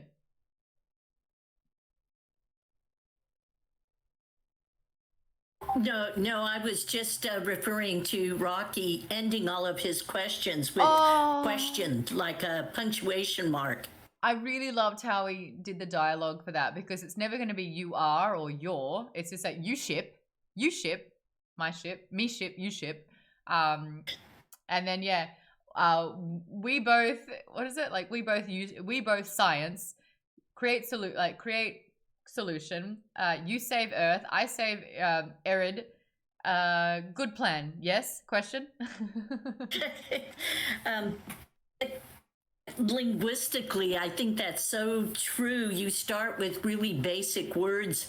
You don't learn conjugations and things right away. That all comes later. So they're using just the most basic forms to communicate. I love it. But again, it's like if the average person was sent in Ryland's stead, which wouldn't be because of space travel and you need someone who's a scientist. Gaia, finish him. But like I would not be able to do that. I would not be able to quickly whisk up a program with 2 computers to be able to analyze and store different phrases for different words. I couldn't do that. The future of the world would not hopefully depend on me.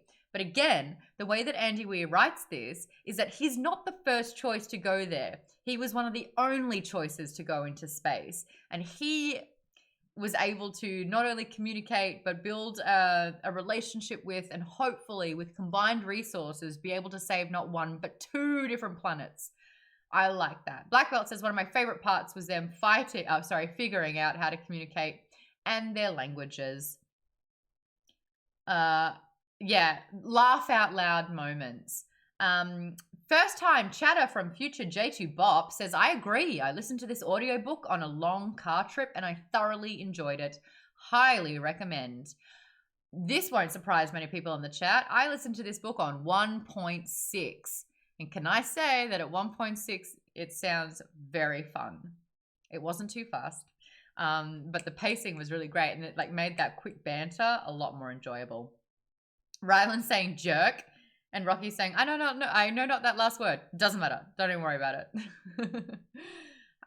It's interesting to learn about like the hibernation patterns of the Iridians as well.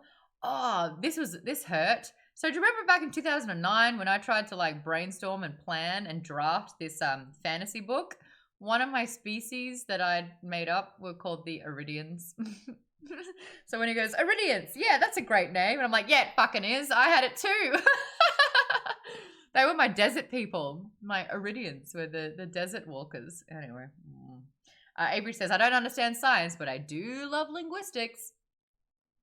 Isaac agrees. 1.6 is the sweet spot for this book. Yeah. Well, that's pretty much time.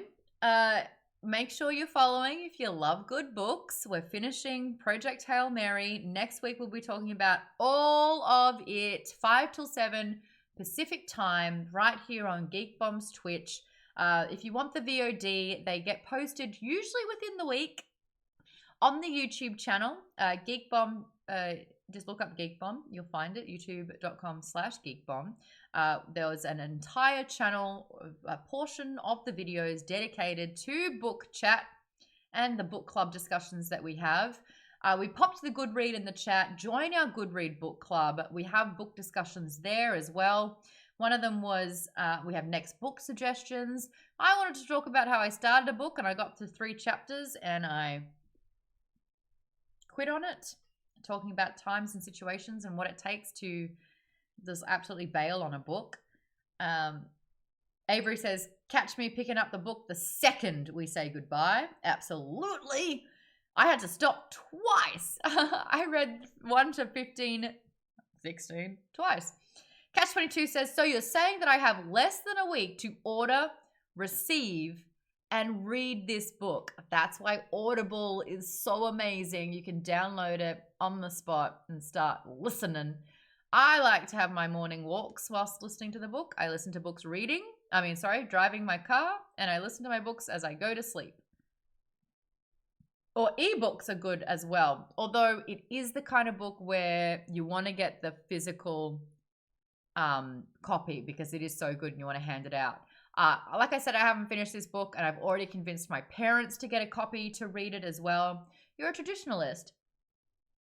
Oh, you're in the middle of a book right now, so you can't start another one? That is a great ending question. In the chat, confess how many books you are currently reading at this given moment. I'm pretty sure on my Goodreads account, I'm currently reading 9 books. I have a book for every mood.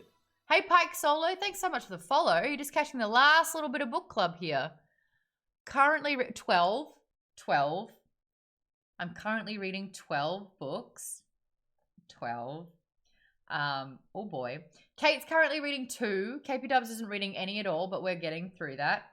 Fatal Flowers reading 4. Pianki says this book could make you want to set aside the other book. Agree, Pianki. The Audible for this one's fantastic. Skullcleaver's apparently... Are you truly reading 37 books, Skullcleaver, and you're not reading this one? Pianki's reading 4. Guy is reading 1. Adam Vision's talking shit. Clever Girl's reading 5 actively. Catch22 says it's an OCD thing. Totally understand that. True Scorn usually only reads 1 book at a time. Avery was at 3, but just finished 1 yesterday. So down to 2 at the moment.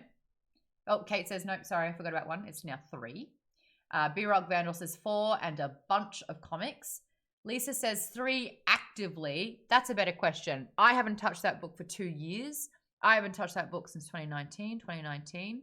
1, 2, 3, 4, 5, 6, 7. But again, different moods. Like, I want to try and get through Ready Player 2. I'm just not enjoying it. So if I want to fall asleep, I'll read that one. The Paper Palace is a book that my best friend has lent me. So I want to try and finish it because I want to give it back to her. Hey, Timo El Primo, thank you. First time chatter, and we get a hi. What's up? Yeah, Skullcleaver lied. Okay, I called that one. Black Belt says 1, but only because I finished Project Hail Mary last week. I forgot to stop. You're in the corner. You get in that corner. You think about what you've done. It's okay. Edward says, I have 3 open tabs with podcasts. 0 books, though. 3 podcasts at a time. It's, you're consuming sort of... I think that counts. Ish. I hear what you're saying. Welcome answer. Toy Boat Sailor says 6 books. Lisa says 5 according to Goodreads. Ronan Jester says 1.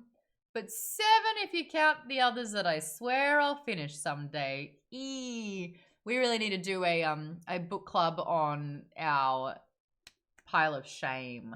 The ones that you actually did start but bailed on. That was Mistborn, remember? For me, I read half of it and stopped for 7 years. Yikes. Pianki says I am normally on 3 books at a time. 1 physical, 1 audio for listening solo, and a 2nd audio for listening with my brother. But with book club, it bumps me up to 4. Pianki, love having you in the book club. That's so great. Lisa says that corner's getting crowded. Clever Girl has a different book for different parts of the house. Oh, I like that. So yours is a geographical selection. Mine is mood. I'm trying to listen to more self-improvement books in the morning to kind of activate that brain motivation.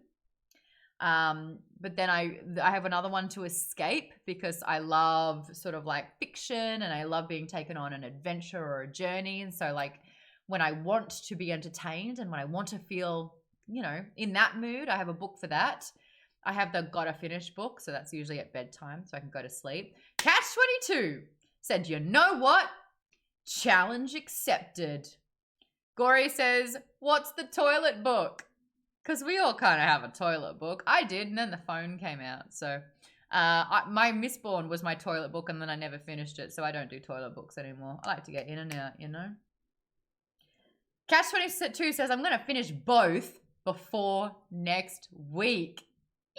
Eee!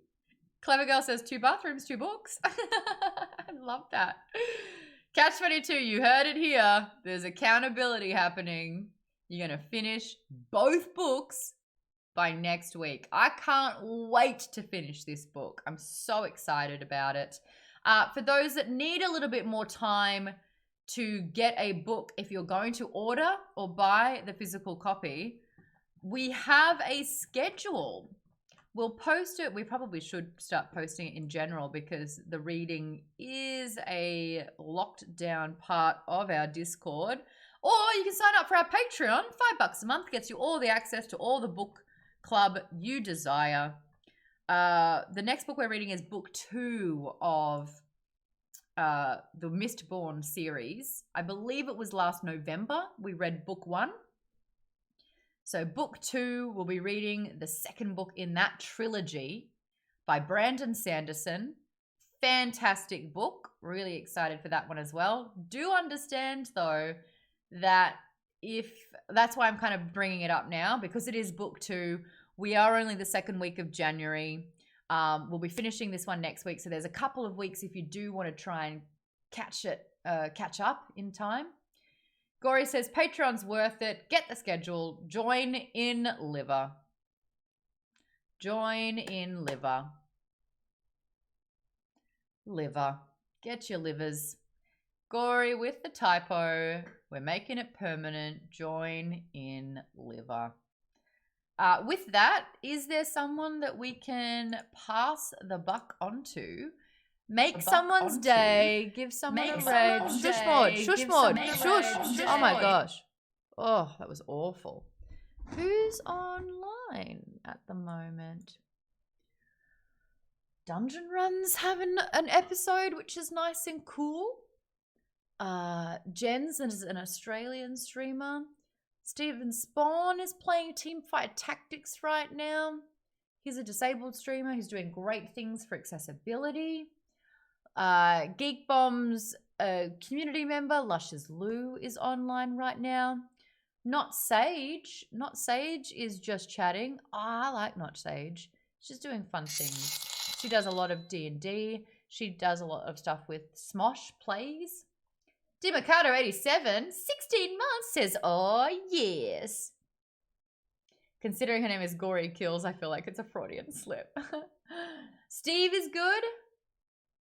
I'm Sage, not Guardian. Well done. Well done, Nox. That's funny. All right. Sage or Steven Spawn. I actually never rated into Sage, and I think that could be nice. Girls, women supporting women by not calling them women. So supposed to think, oh my god, DiMicado, what's this? What you doing? You cheeky thing? Gifting out 10 subs to the community. Tayan, Rolika, Sean Maximus, Wolfshade 1228, Giuseppe, Osiris, what? Osiris Seamanpaw. That was fun. BMFK. I am kind of tall. I am very tall. Winston the Dude and a Lurking Frog all got gifted a sub. If you just got gifted a sub, make sure you shout out DiMicado in the chat. Thank you so much for that. Catch22 says, have a good evening, Maude. See you all in the Discord general rooms. Ooh. Let's get fucking crazy. Loving that. Well, thank you, DiMicado. I appreciate you. We are going to... So, say hi to Sage. She's a honey. What a cutie pie. She's doing a just chatting. Let her know that we are reading some books and that books are awesome. Adam Vision gifted a sub to love. Love to love. All right, happy rating. Drop some bombs. Have a good night. See you tomorrow, 1:00 p.m. PT with Trisha Hirschberger. We're teaming up to play some video games. Bye now. Bye. Have yourself a good one. Goodbye. Oh, FOFB minus F for A. Follow.